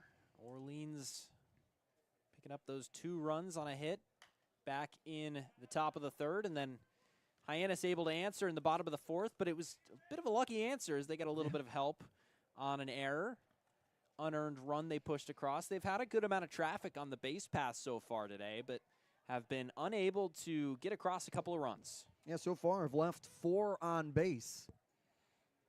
And the swing and a miss there. Lanthier gets him swinging. And I don't know how representative that is of the number of base runners that they've had, because they have been caught stealing a couple of times, and they have created a couple of outs on the base paths. Yeah, that was one thing. You took it right out of my mouth. As we've seen, what we have seen a lot of is the steals as we get another mound meeting. As it will force another pitching change for the Hyannis Harbor Hawks. We'll find out the numbers and be right back. Gannon's Tavern is the home of incredible wings, handcrafted cocktails, ice-cold beer, and Keno. Their innovative tavern menu features seafood, great sandwiches, steaks grilled to perfection, and stunning specialty dishes. There's no better place to watch your favorite New England pro football team than Gannon's Tavern, in their large bar or outside on their covered deck, complete with TV and sound. Gannon's Tavern, 959 Burses Way, Hyannis. Like them on Facebook and Instagram. Yes, soon at Gannon's Tavern. With Hood Milk, you can trust your family is getting high-quality milk in every nutritious and delicious drop. It begins here on farms that Hood selects, with farmers who uphold the highest standards and who pledge to never use artificial growth hormones. And you'll see that care continue right to your home with our Light Block bottle, which protects the fresh taste of your milk. At Hood, we never stop caring about our milk because you never stop caring about your family. Always good, always Hood. Pitching change here for the Hawks, as coming in and storming in is the Bison from Lipscomb, Hayden Frank, the left-hander. Ace on second team. He was the Bison's closer for pretty much this year, and a big opportunity. You want to keep that momentum going heading into the rest of the season here on game 1. They elect to go to Frank early. Yeah, you're exactly right. Getting him some work, the big, tall lefty, as he will face Carpoletti, Casey, and Olmstead coming up here for Orleans, if he does get to Olmstead, here with 1 out in the top half of the 6th inning. As Lanthier, his night is done, and the book is closed on him. He goes 1 2/3, doesn't give up a hit, does not give up a run, has 2 strikeouts and 2 walks. A lot of that trouble came with the walks in the top of the 5th, but he was able to work out of it, getting a pop-up to the shortstop. So a good night for him. And we'll see if Hyannis can keep this lead at this deficit at 1. I think that's why you forced the change here, because you want to don't let it get away from you. You have Lanthier go down in a strong showing with that strikeout, but now Frank now coming in to try and assert his dominance. And had 25 appearances in his college season. We'll now look at Carpellotti. Pitch inside on the Georgetown Hoya. Got on the A-Sun second team this year. He's a shutdown closer for the Bisons this year. Misses high with the fastball. The count runs to 2-0. We see some guys, you know, take a minute to adjust a little bit coming in from the bullpen, but give them a little bit of time. They can find their rhythm. 2-0. In for strike. Nicely done. Now 2-1. Right on cue. It's almost like you're talking about it and you know a little something about it, Mickey. You know, if I say something and it either happens or the opposite happens. 2-1 off the hop. Snow fielding off to his left side, fires over the lane in time to get the ground out. No matter what, I'm taking credit for it. It's because I am in existence and because I say something is because something happens. That's just how it goes. Now they'll bring up Jake Casey for the Firebirds. As it'll be a pinch hitter here for Eddie Micheletti. Runs inside. Micheletti tending Georgetown. Guy I got to see a lot, was with my team last year, Mystic Schooners. Has all kinds of clutch. That one's fouled off out of play into the parking lot. 2-0. The minute you see Ben Williamson break for a ball, you're kind of just expecting him to run a marathon to get to a ball and then end up being able to catch it and make an incredible play on it. He set himself a high standard for the rest of the season, I gotta say, after that diving catch that he made. Micheletti looks at a strike.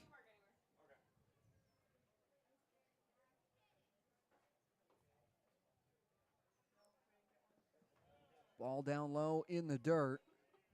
3-1.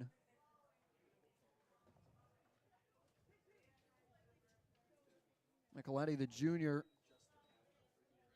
batted a team's best.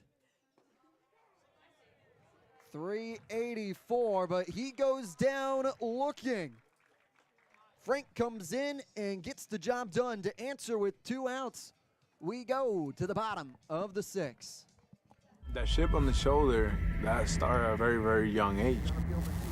People's expectations are, they're cool, they're fun, but mine are bigger. You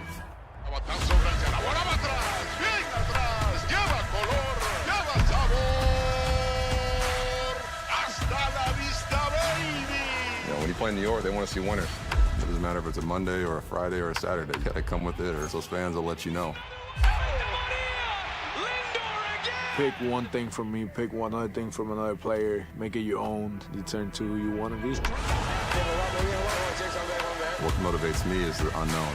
You know, how good can I be? You get away from the lights, you get away from the camera. Mientras más presente yo esté en la caja de batería, más éxito tengo. Man, how can you not keep it fun, man? This is a kid's game. If you could go back and tell 10-year-old Francisco one thing, what would it be? You're a bad mother.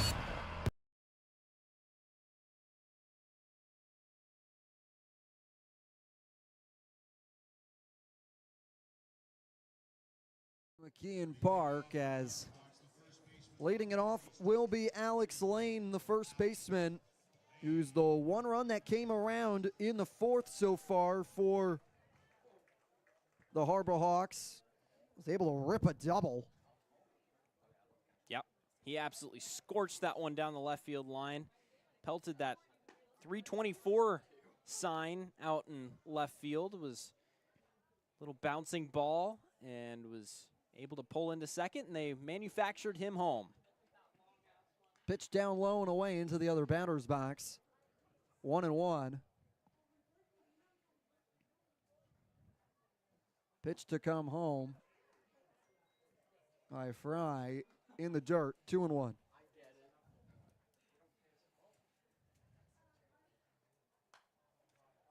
Pop back into the netting.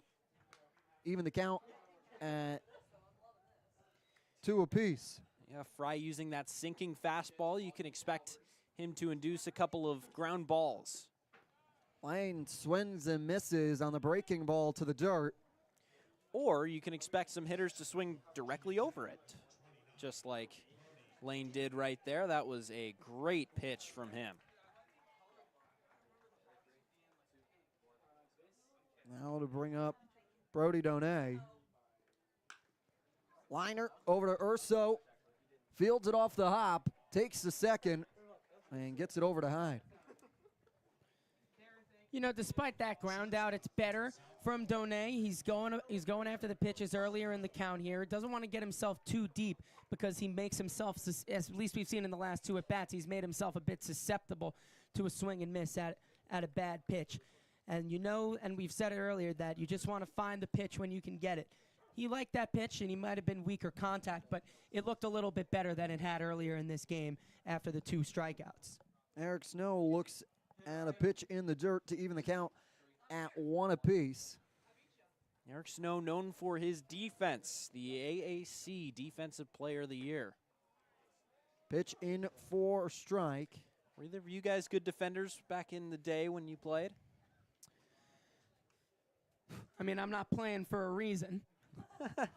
1-2, chopper foul. I like to say I was pretty good. I really was good at right bench. Oh, right okay. bench, I was Sure. really strong with the water bottle game.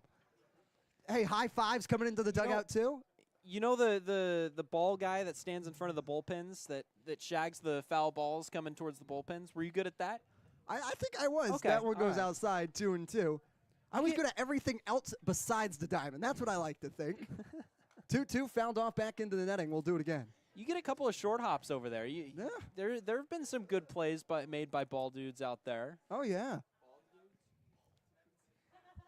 I grew up in San Francisco, and that's what they referred to them as. 2-2, liner into the glove of Olmsted. Off the one scopper hop. Gets it to Hyde in time. Beautiful play. And we now go to the 7th. Firebirds still lead in the Harbor Hawks, 2-1. We all have obstacles, challenges at different points in life. I still push myself every single day, and the harder I push myself, the more I find myself drawn to wearing UFOs. The first time I put on a pair of UFOs, it was like someone released the pressure.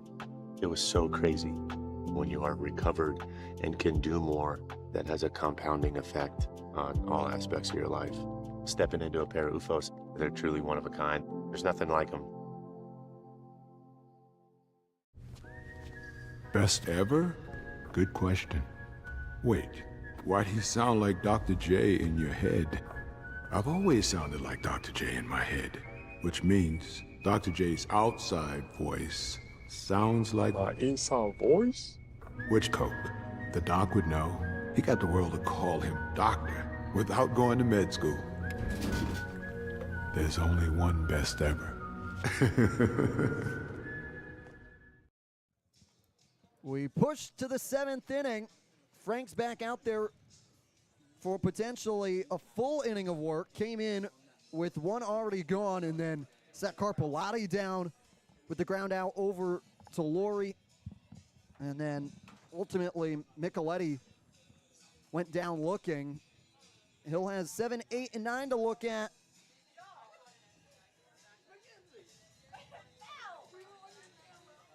Bottom of the 6th, Harbor Hawks looking to shut Orleans down once again.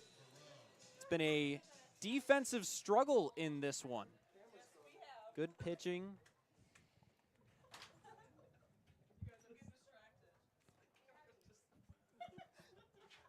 As Frank will come in to settle up. That one's popped up out of play. with Alfaro from UCF to come in to pinch hit for Orleans as that one goes wide.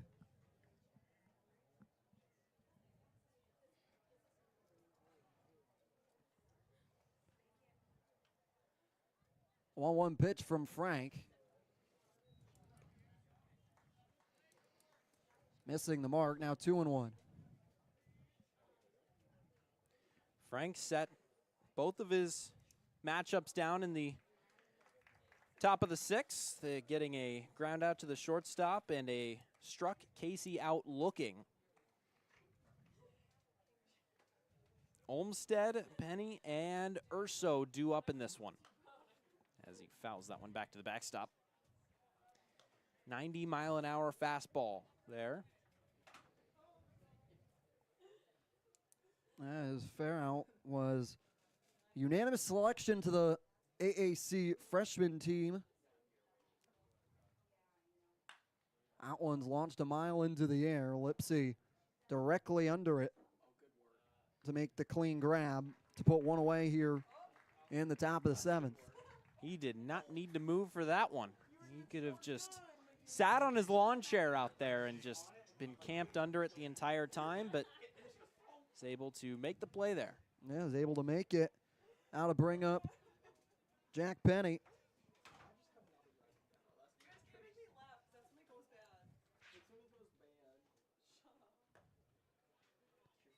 Pitch in on a strike on Penny. Flew out to Williamson back in the fifth. That one blooped into the triangle, laying out for potentially was Snow, as a healthy lead from Penny is able to bloop it into the Bermuda Triangle on the left side of the field to get himself aboard. Yep, and we talked about those bloop singles earlier in the game, and those are exactly what we were talking about. That is pretty demoralizing if you're a pitcher, but you got to dig in here and try and get the next hitter. You just got to take it one pitch at a time and locate.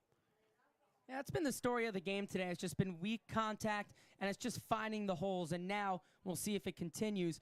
Another story of this game has been the activity on the bases. Doesn't go on this first pitch, but it's been that kind of day. It's just been one where you're not necessarily gonna do it the long way, and you're gonna do it in the way of small ball. Urso back in the fifth inning was the one that sent that line drive out to left field, and Ben Williamson made an unbelievable diving play on it. Probably the play of the day. I'd be willing to bet that none of the other Cape games have seen a play like that so far today. Still a lot of full action, though, and beauty of the Cape got all the stars. Anyone can make a play on any given day. Oh, yeah. 0-2. Pitch goes wide, now 1-2. You got to keep in mind that all these players were some of the better players, not only on their teams, but in their conferences this year. So it's like an all-star of collegiate players, all converging here in Massachusetts. 1-2. Popped up. Lipsy will come running in for it. He'll call off the streaking Laurie. Great communication from Lipsy, who now puts the second away here in the top of the seventh. Yeah, he had to come in charging on that one, and had to roam a long way as he was playing a little bit back, but was able to get under it, come a long way. And when you have infielders going out to the outfield and outfielders converging in, you'd always rather having the outfield call off the infielders, because running in and catching a ball on the fly is a lot easier than going back out and catching it over your shoulder.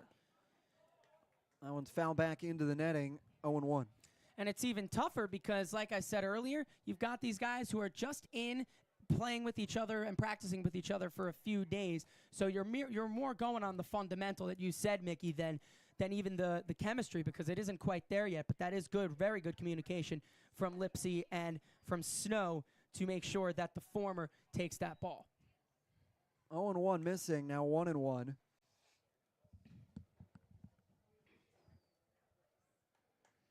Frank pitching 15 strikes to his 8 balls so far. That one's popped up to the left side of the outfield. Williamson coming in, making chase, and makes the grab.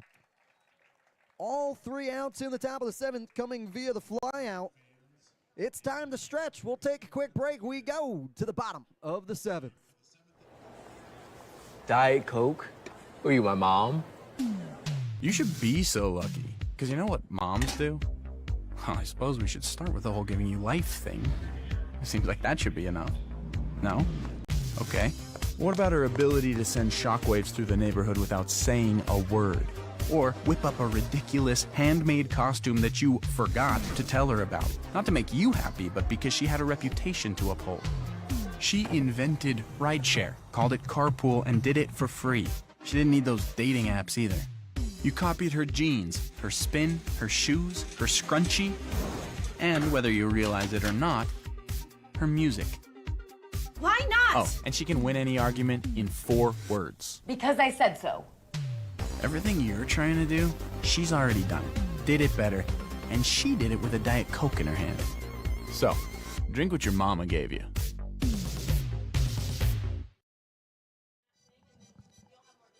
Welcome you back here. Standing up, stretching here a little bit as a little chicken dance action here. But let's take a look at what else is going around the league as we send it to Mickey Doolittle with the out-of-town scoreboard. Defending champion Bourne Braves knock off the Brewster Whitecaps 4-3. Excuse me, that game is still in the bottom half of the 7th. That one's still live. Chatham and Cotuit was rescheduled and postponed today. YD is trailing Harwich in the bottom half of the 6th, 3-0 right now. Wareham leads Falmouth 5-4. That game just underway in the bottom half of the 3rd. And of course, right here in Hyannis, it's 2-1 Orleans and the Harbor Hawks, as Orleans leads the Harbor Hawks 2-1. And we are set for the bottom half of the 7th inning as Ben Williamson stands in. Stands in to look at a ball. Williamson, the left fielder today. Look at a strike just in above the knees.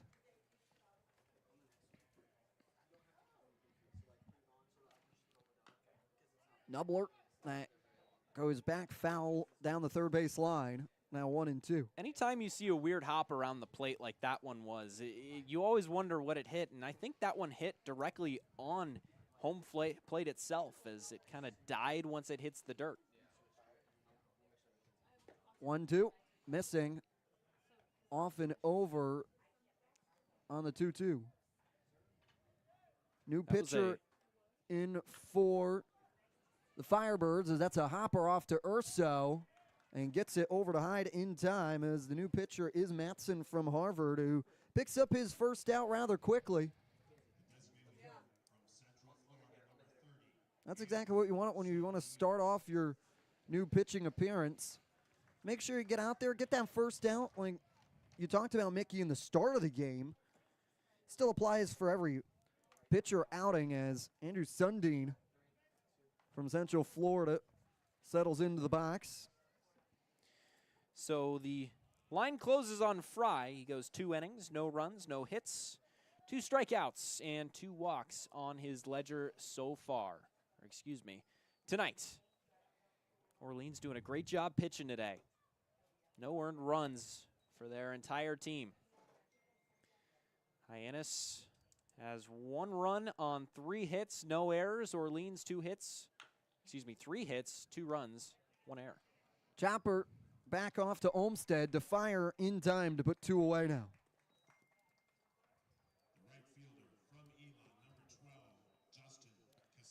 Now Justin Kinsella, the 3-hole hitter, walked in his last time up.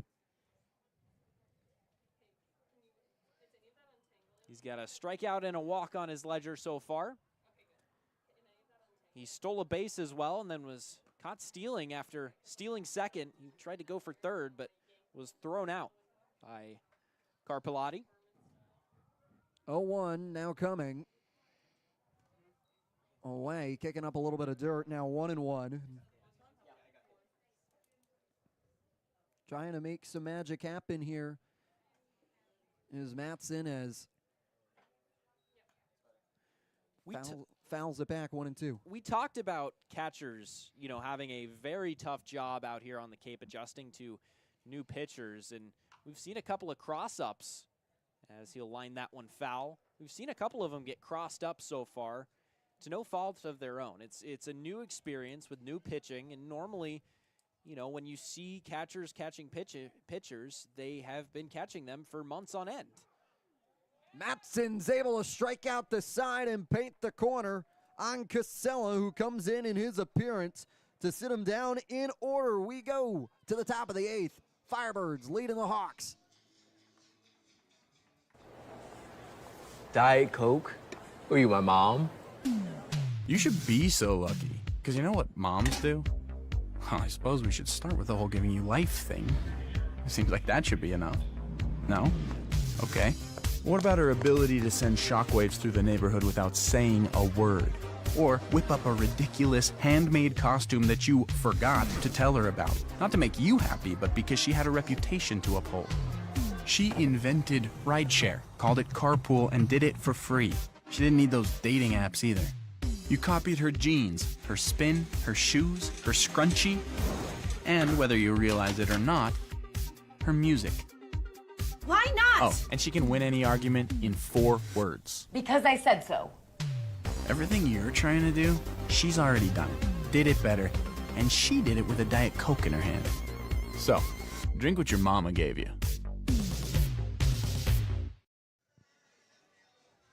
Hey, Frank comes back out to continue his outing for the Hyannis Harbor Hawks as they got to hold them. Now you're starting to get to a point on opening day where starting to lose the time. You got to try and hold the Firebirds here in the top of the 8th.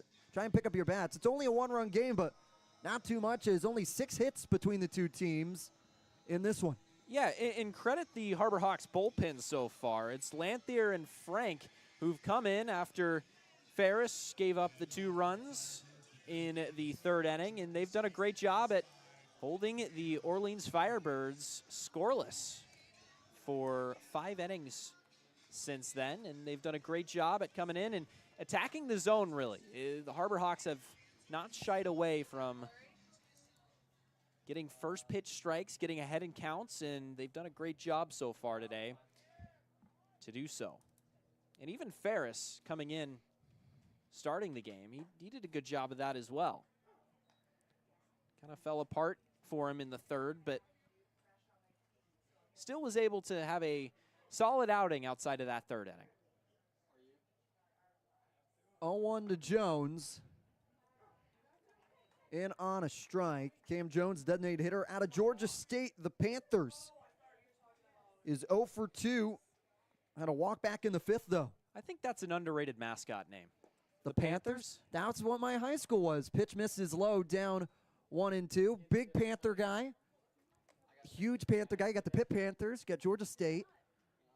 What else? I'm trying to struggle. What do we else got out there? Carolina. Oh. Oh, yeah. Well, that's out of the college world as that one's fouled off. Up and out of play. We'll do it again at 1-2. I believe Eastern Illinois is the Panthers. Yes, you're right. Yeah. Eastern Illinois, out by Notre Dame. I should know more of the Midwest schools, but out of the MAC, the MACtion. MACtion in the Fun Belt. Whoa.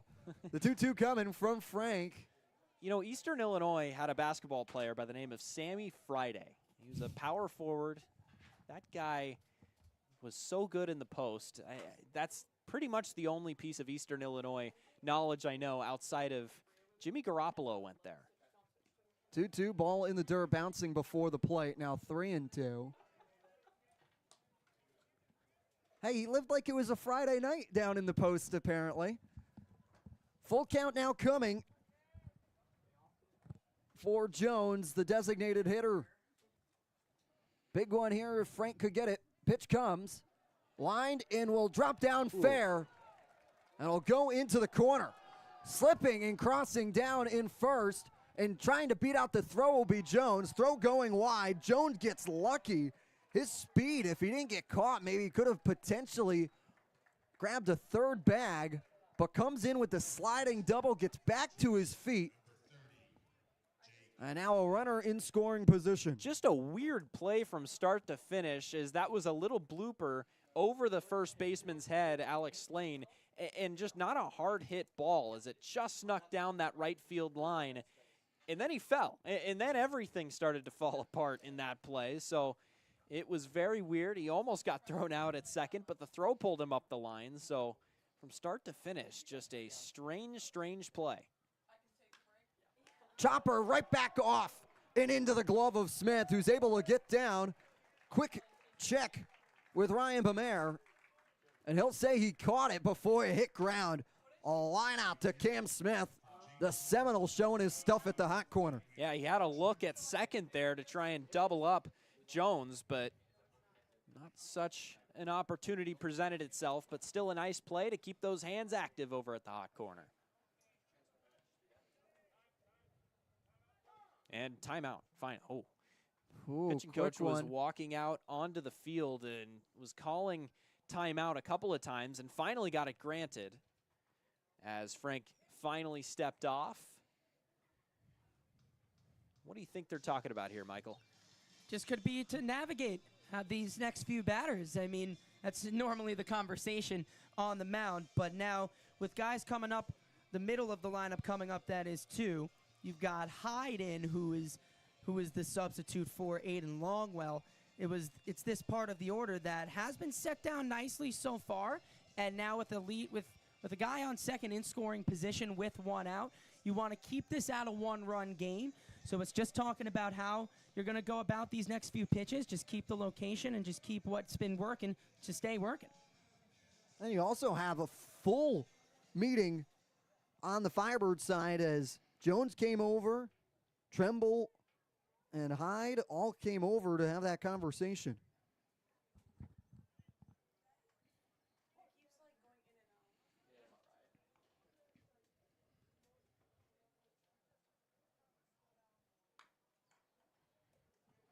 From Henwick Tremble, little number that goes foul.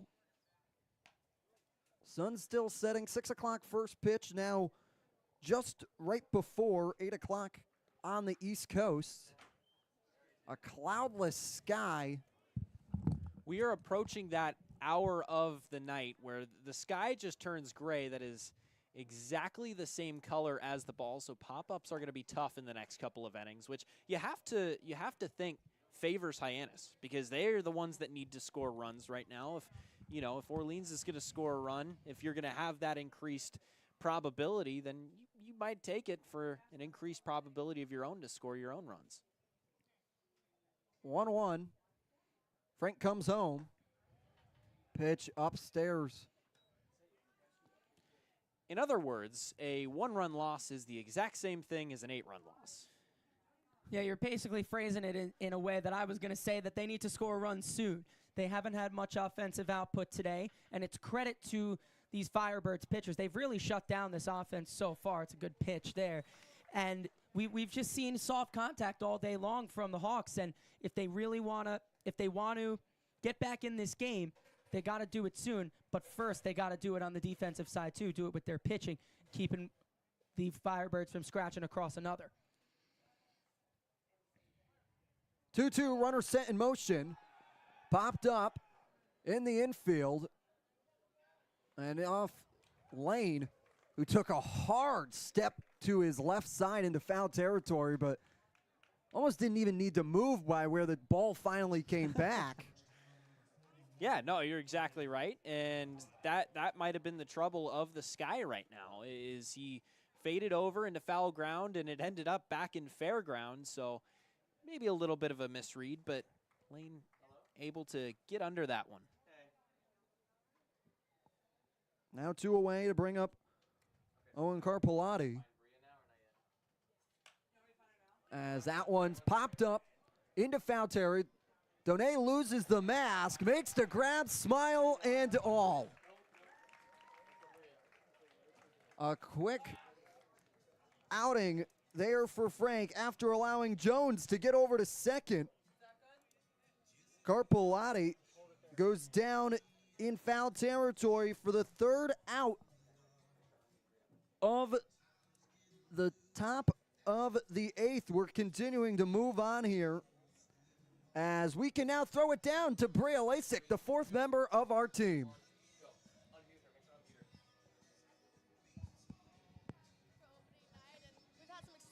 On the field as well, but what you can't see is all the hard work that our baseball ops department has been putting on behind the scenes. And there's been some upgrades for sure.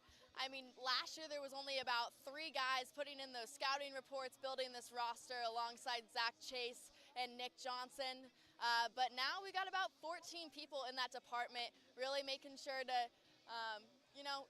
get those analytics to the players and really help grow the game and everything. So, this baseball ops department has a lot of promise, and we're really excited not only to get that information to the players on the field and help their performance, but to make it accessible for you guys as home as well. We really want to make sure that we explain those to you, make them accessible to you, and we're going to make that happen here at Harbor Hawks Baseball Network. Thank you, Bria. Someone that's doing double duty this year, baseball ops and here with us as the 4th member of every broadcast. Like you said, stats are going to be to you. That's the beauty of the Cape Cod Baseball League. You have these front offices of college interns that want to do this professionally, that put in just as amount of effort. You talk about the baseball ops team. They were up till almost 1 o'clock last night getting stuff together to be here today for opening day.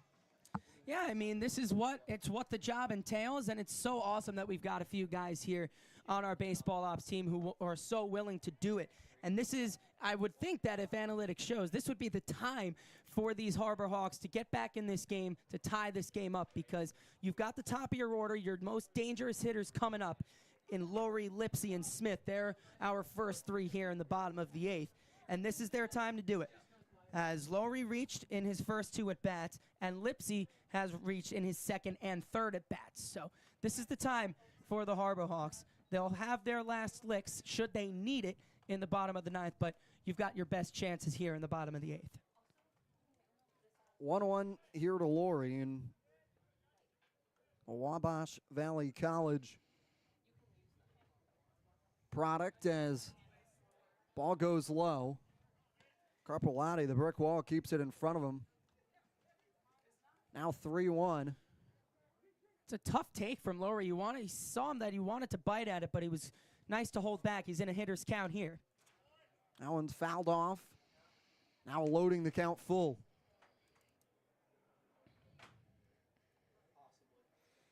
Matson has so much vertical break on that curveball as he just snaps that down and it breaks out of the pitcher's sights. As Lowry goes down looking, Matson's able to get the K. And then he comes back with a fastball and he just zips it right past hitters. It's just a great little 1-2 combination. They come from the same tunnel. One dives out of a pitcher's sights, and then one just continues on and kind of ramps up through the zone. Trey Lipsy,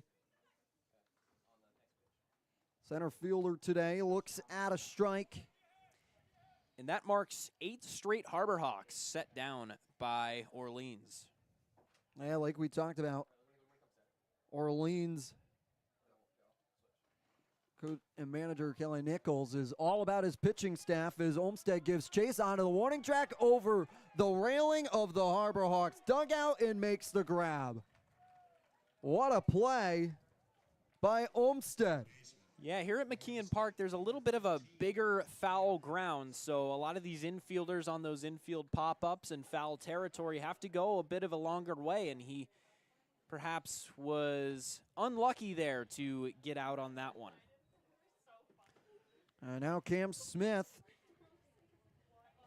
who has struck out all of his past 3 times in the box today, finds himself quickly behind in the count. 0-2. Popped up into shallow right field. Tough play. Making chase will be Overn in the gap to sit him down in order in the top of the lineup. We go to the 9th inning. Firebirds looking to try and tag on some assurance runs. We'll see you on the other side.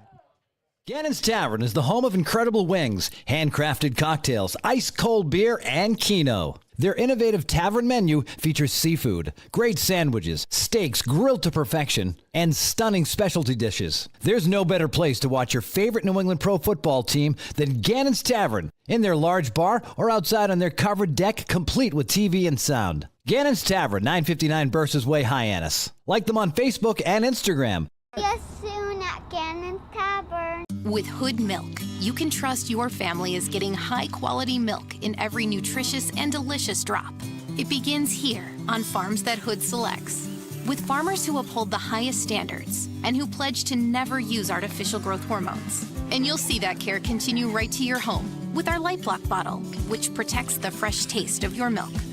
At Hood, we never stop caring about our milk because you never stop caring about your family. Always good, always Hood. Frank's still out there for the Hawks,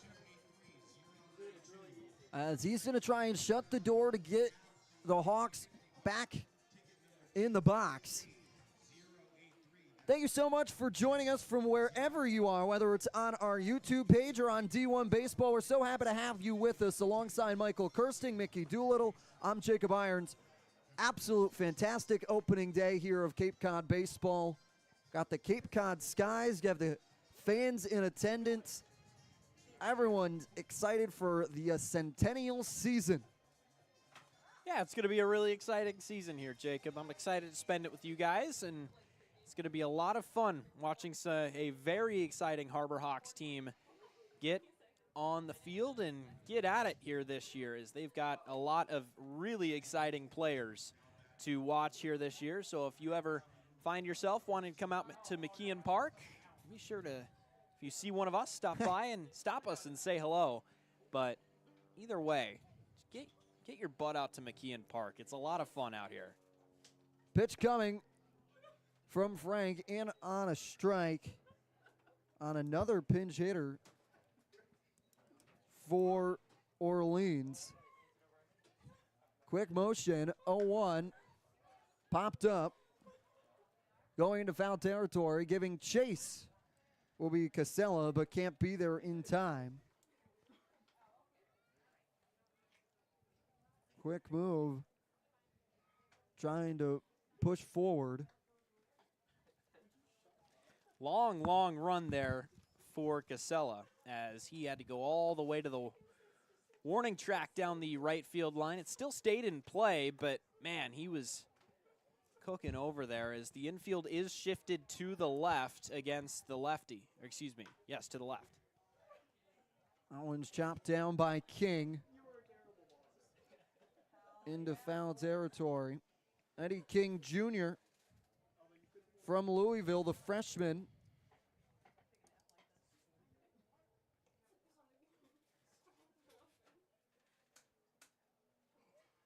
Pitch comes, not backed into the netting. 0-2.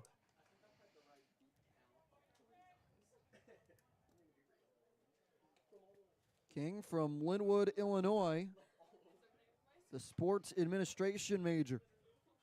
Looking down in the count, 0-2. Frank loads and fires. Pulling that one down the right field line again, and goes foul. Casella's having to give chase here in the last couple. He's getting his steps in today. Man, by the end of this, he's going to be out of breath. He's going to be doubled over. He's going to look like me after a 100-yard sprint. 0-2 to come again. Number off to second base. Laurie from below, a throwing error. However, no movement from King, who gets aboard. Yeah, a little bit of a weird play there. That's exactly where you want to put a bunt. And King swung at it, little swinging bunt there, and it just went right past the pitcher and onto the second baseman, Laurie, who had a very tough play on his hands. But put it a little bit outside and low, but luckily for the Harbor Hawks, it didn't go into the dugout and out of play. So runner at first here with nobody out. Yeah, soft contact and strange positionings on these. We've seen a dunker down the third baseline. We've seen that. It's just been weak contact all day long. and it's just about if these teams can take advantage now. We haven't seen the Firebirds or the Hawks take much advantage of getting those runners on from fortuitous circumstances. 0-1 missing, 1-1 from Frank. With a runner on, still nobody away here in the top of the ninth with King at first.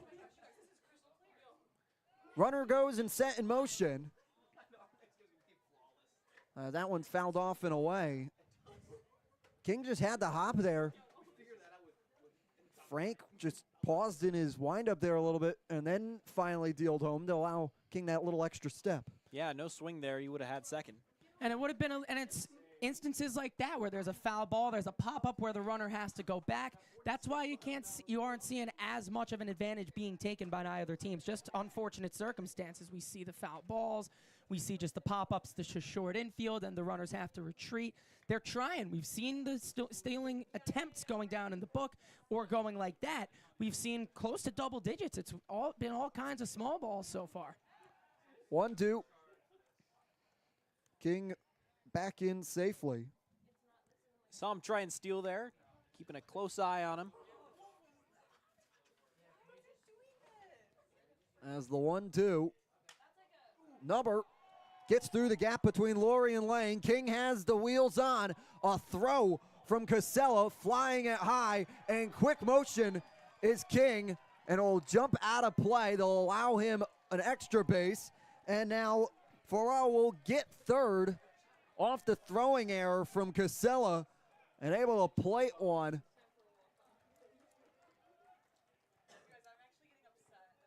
Yeah, a little bit of a disappointing play there from the Harbor Hawks. A couple of miscues, probably not a throw that Casella needs to make there as he airmailed everybody and it skipped out of play, but still getting on the same page with his teammates, and that allows Orleans to score their third run of the ball game and take a 2-run lead. Brings up Jack Penny. Still nobody away.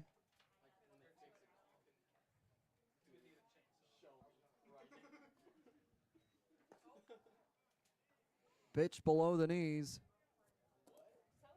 for a ball.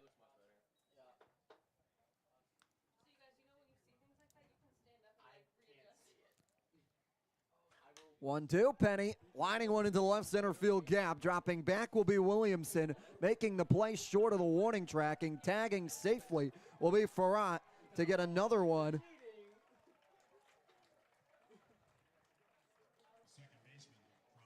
And now it's a 4-1 lead for the Hawks, and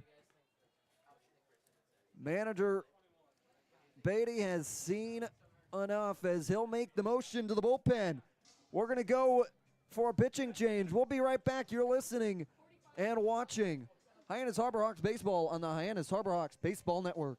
Gannon's Tavern is the home of incredible wings, handcrafted cocktails, ice-cold beer, and Keno. Their innovative tavern menu features seafood, great sandwiches, steaks grilled to perfection, and stunning specialty dishes. There's no better place to watch your favorite New England pro football team than Gannon's Tavern, in their large bar or outside on their covered deck, complete with TV and sound. Gannon's Tavern, 959 Burses Way, Hyannis. Like them on Facebook and Instagram. Yes, soon at Gannon Tavern. With Hood Milk, you can trust your family is getting high-quality milk in every nutritious and delicious drop.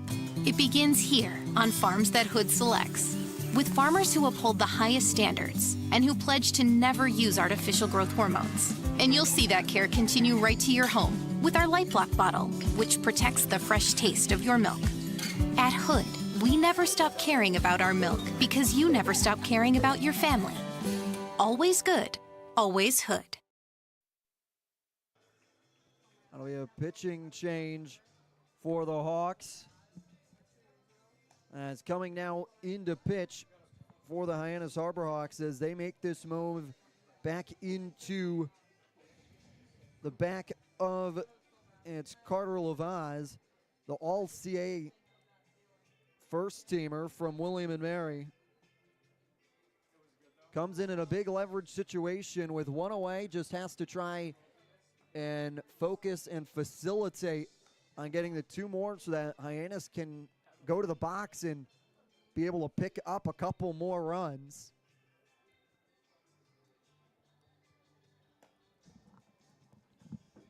As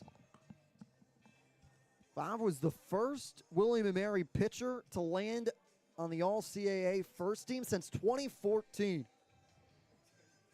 That's a guy that comes in, throws a little sidearmed off the right side. Sophomore posting a 3.02 ERA through his college outing. Yeah, so he's just going to want to try and get through the Orleans order and try and set up, keep this lead at 3, because 3-run lead isn't the worst thing in the world if you're Hyannis. That's pretty doable, but if that extends out any further, that's looking like some insurmountable odds. Pitch coming to Urso.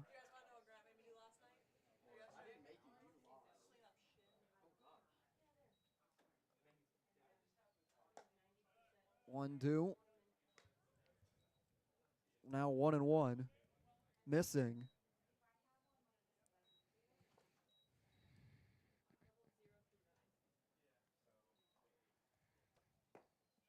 Pitch down low, below the knees. Nice little 2-strike off-speed pitch there. See if he can't try and get him to chase, but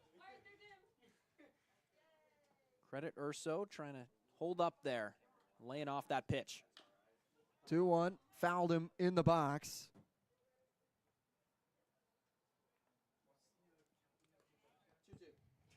Two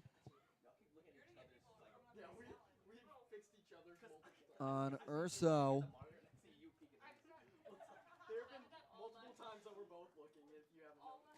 University of Tampa product. 2-2 coming. High chopper.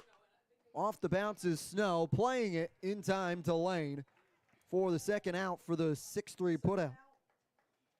So line is closed on Hayden Frank. He goes 3 innings, gives up 2 runs, 4 hits, 1 strikeout, and 1 walk for the 3rd Harbor Hawk pitcher of the game.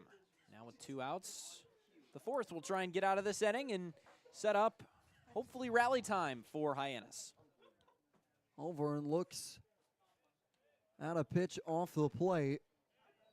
Now 1-0, and in this position, I was just trying to stop the damage. Popped up into the right center field gap, giving chase will be Lipsy, dropping back and makes the grab. It's not without error, though, as Firebirds are able to plate 2 more. They lead by 3 as the Hyannis Harbor Hawks need 3 to tie, 4 to walk it off. We'll see you in the bottom of the 9th. That chip on the shoulder, that started at a very, very young age. People's expectations are, they're cool, they're fun, but mine are bigger.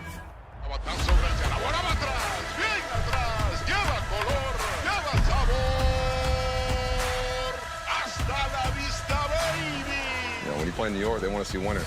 It doesn't matter if it's a Monday or a Friday or a Saturday. You got to come with it, or those fans will let you know. Pick one thing from me, pick one other thing from another player, make it your own, you turn to who you want to be. What motivates me is the unknown. You know, how good can I be? You get away from the lights, you get away from the camera. Mientras más presente yo esté en la caja de batería, más éxito tengo. Man, how can you not keep it fun, man? This is a kid's game. If you could go back and tell 10-year-old Francisco one thing, what would it be? Be a bad mother. As we come to the bottom of the 9th, Hyannis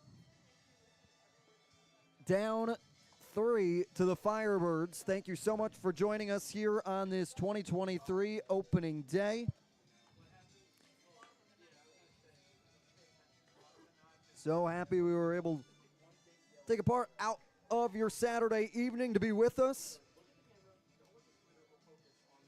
As the Hawks will have up Lane, Donay, and Snow here in the 4, 5, and 6 spot to try and get something to happen here. Matson's line on the day will close at 2 innings, no hits, no runs, no earned, 2 strikeouts, and no walks. It was a perfect 2 innings for him as he pitched through the 7th. Got a couple of ground outs and a strikeout, and then struck out the leadoff hitter, Laurie, in the 8th, and then retired the next 2 on flyouts. So a very nice outing for him. And a pitcher that Orleans will look forward to seeing for the rest of the season. As Lane standing in the box here with the pitch coming. Missing off the plate, 1-0.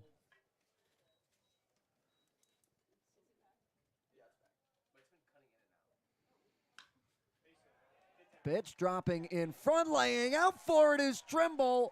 In time, called it out. What a beautiful play. Fenwick Trimble. Man, oh man. The outfielders showing the leather today. Yeah, it's just been that kind of day. Sorry, Mickey. It's just kind of been that kind of day when the Hawks finally make hard contact. It just goes to their right fielder for a very nice play, and you get those days. Broken bat drops in on the right side in front of Tremble as Donay is able to get aboard with his first base hit of the summer season.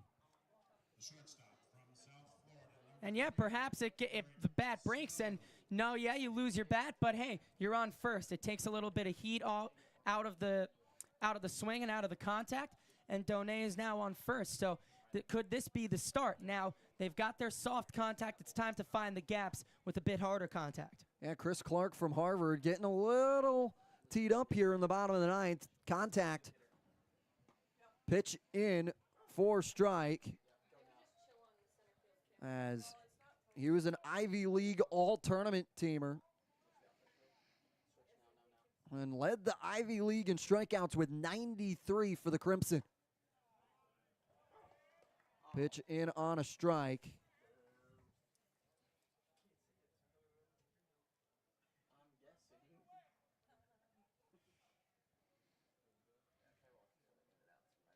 Oh, 2 to come. Down low, they'll check the appeal with Chris Kane and say he did not go on the appeal. Carpoletti doing a good job of appealing that one down to first. The first base umpire saying no swing there, keeping this at bat alive for Snow. 1-2. Pulled foul. Ooh. Just going foul right before the first base line. Yeah, that could have been a big, big hit for the Harbor Hawks there. Try and get a couple of runners on and get a couple of people, get the tying run up to the plate. 1-2. Got him looking.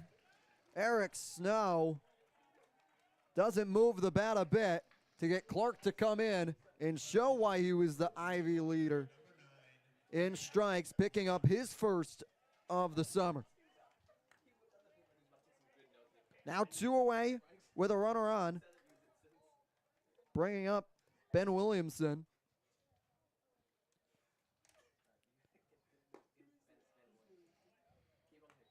Pitch down low, 1-0. Williamson so far has reached on, or has grounded into a fielder's choice that retired him at second. Reached on an error, an E6 that drove in Lane as the Harbor Hawks' only run as he gets ahead 2-0 here. In addition to that, he grounded out back in the 7th inning. Williamson from William & Mary saw that almost nearly 400 batting average through 2023 season. 2-0. In for strike, nicking the inside part of the plate. Now 2-1. 4 runs, 5 hits, 2 errors for Orleans so far today. Hyannis 1 run, 4 hits, and 3 errors. 2-1, missing high above the lettering. Now 3-1. And the errors have been costly too, and that's that's the way you're going to win some of these games, is just let the other team do the work for you. We've seen the throwing error out in right field from Casella be the issue, as we're now down to the final strike. But it's just clean. You just got to get a little bit cleaner. It's early in the season. You've got time to figure that out.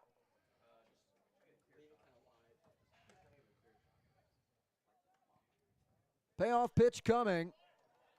Fouled off. We'll do it again full. Williamson trying to elongate this one here. Big hole up the middle if he can send one right back there. 3-2, swing and a miss, and Orleans comes out victorious on opening day. It was a pitch fest of strikeouts for the Firebirds. I was able to get it done in some assurance runs in the 9th. And the Firebirds come out in front victorious to start their summer campaign. Yeah, just a disappointing start for the Harbor Hawks, as it was the offense that was really the problem here today. But again, we mentioned it earlier in the broadcast that offense comes with time out here on the Cape. It's a bunch of guys adjusting to wood bats that a lot of them have never used before, or used extremely sparingly and not very often. So Hyannis, just a disappointing loss, but you can expect the offense to ramp up a little more, Michael Kirsting.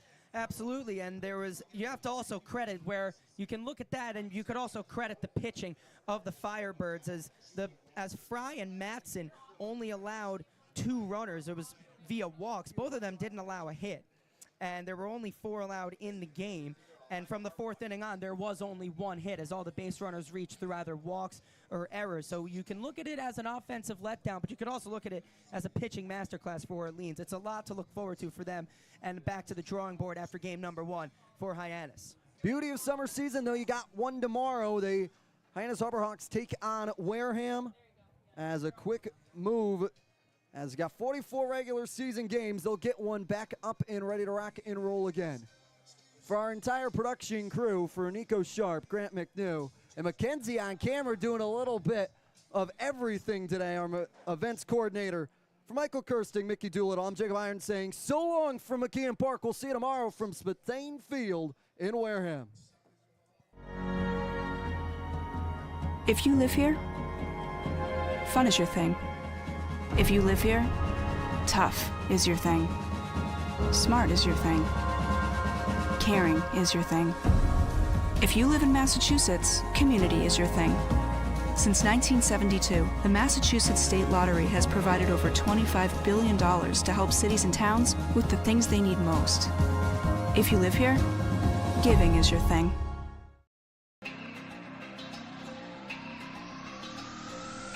My family earns respect.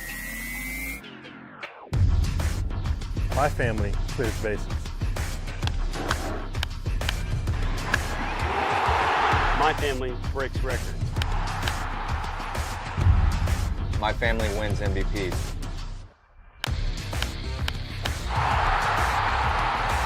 My family gives everything. My family makes history. My family wins championships. There's no family. There's no family. There's no family. There's no family like my family. Join the fam. Join the fam. Join the fam.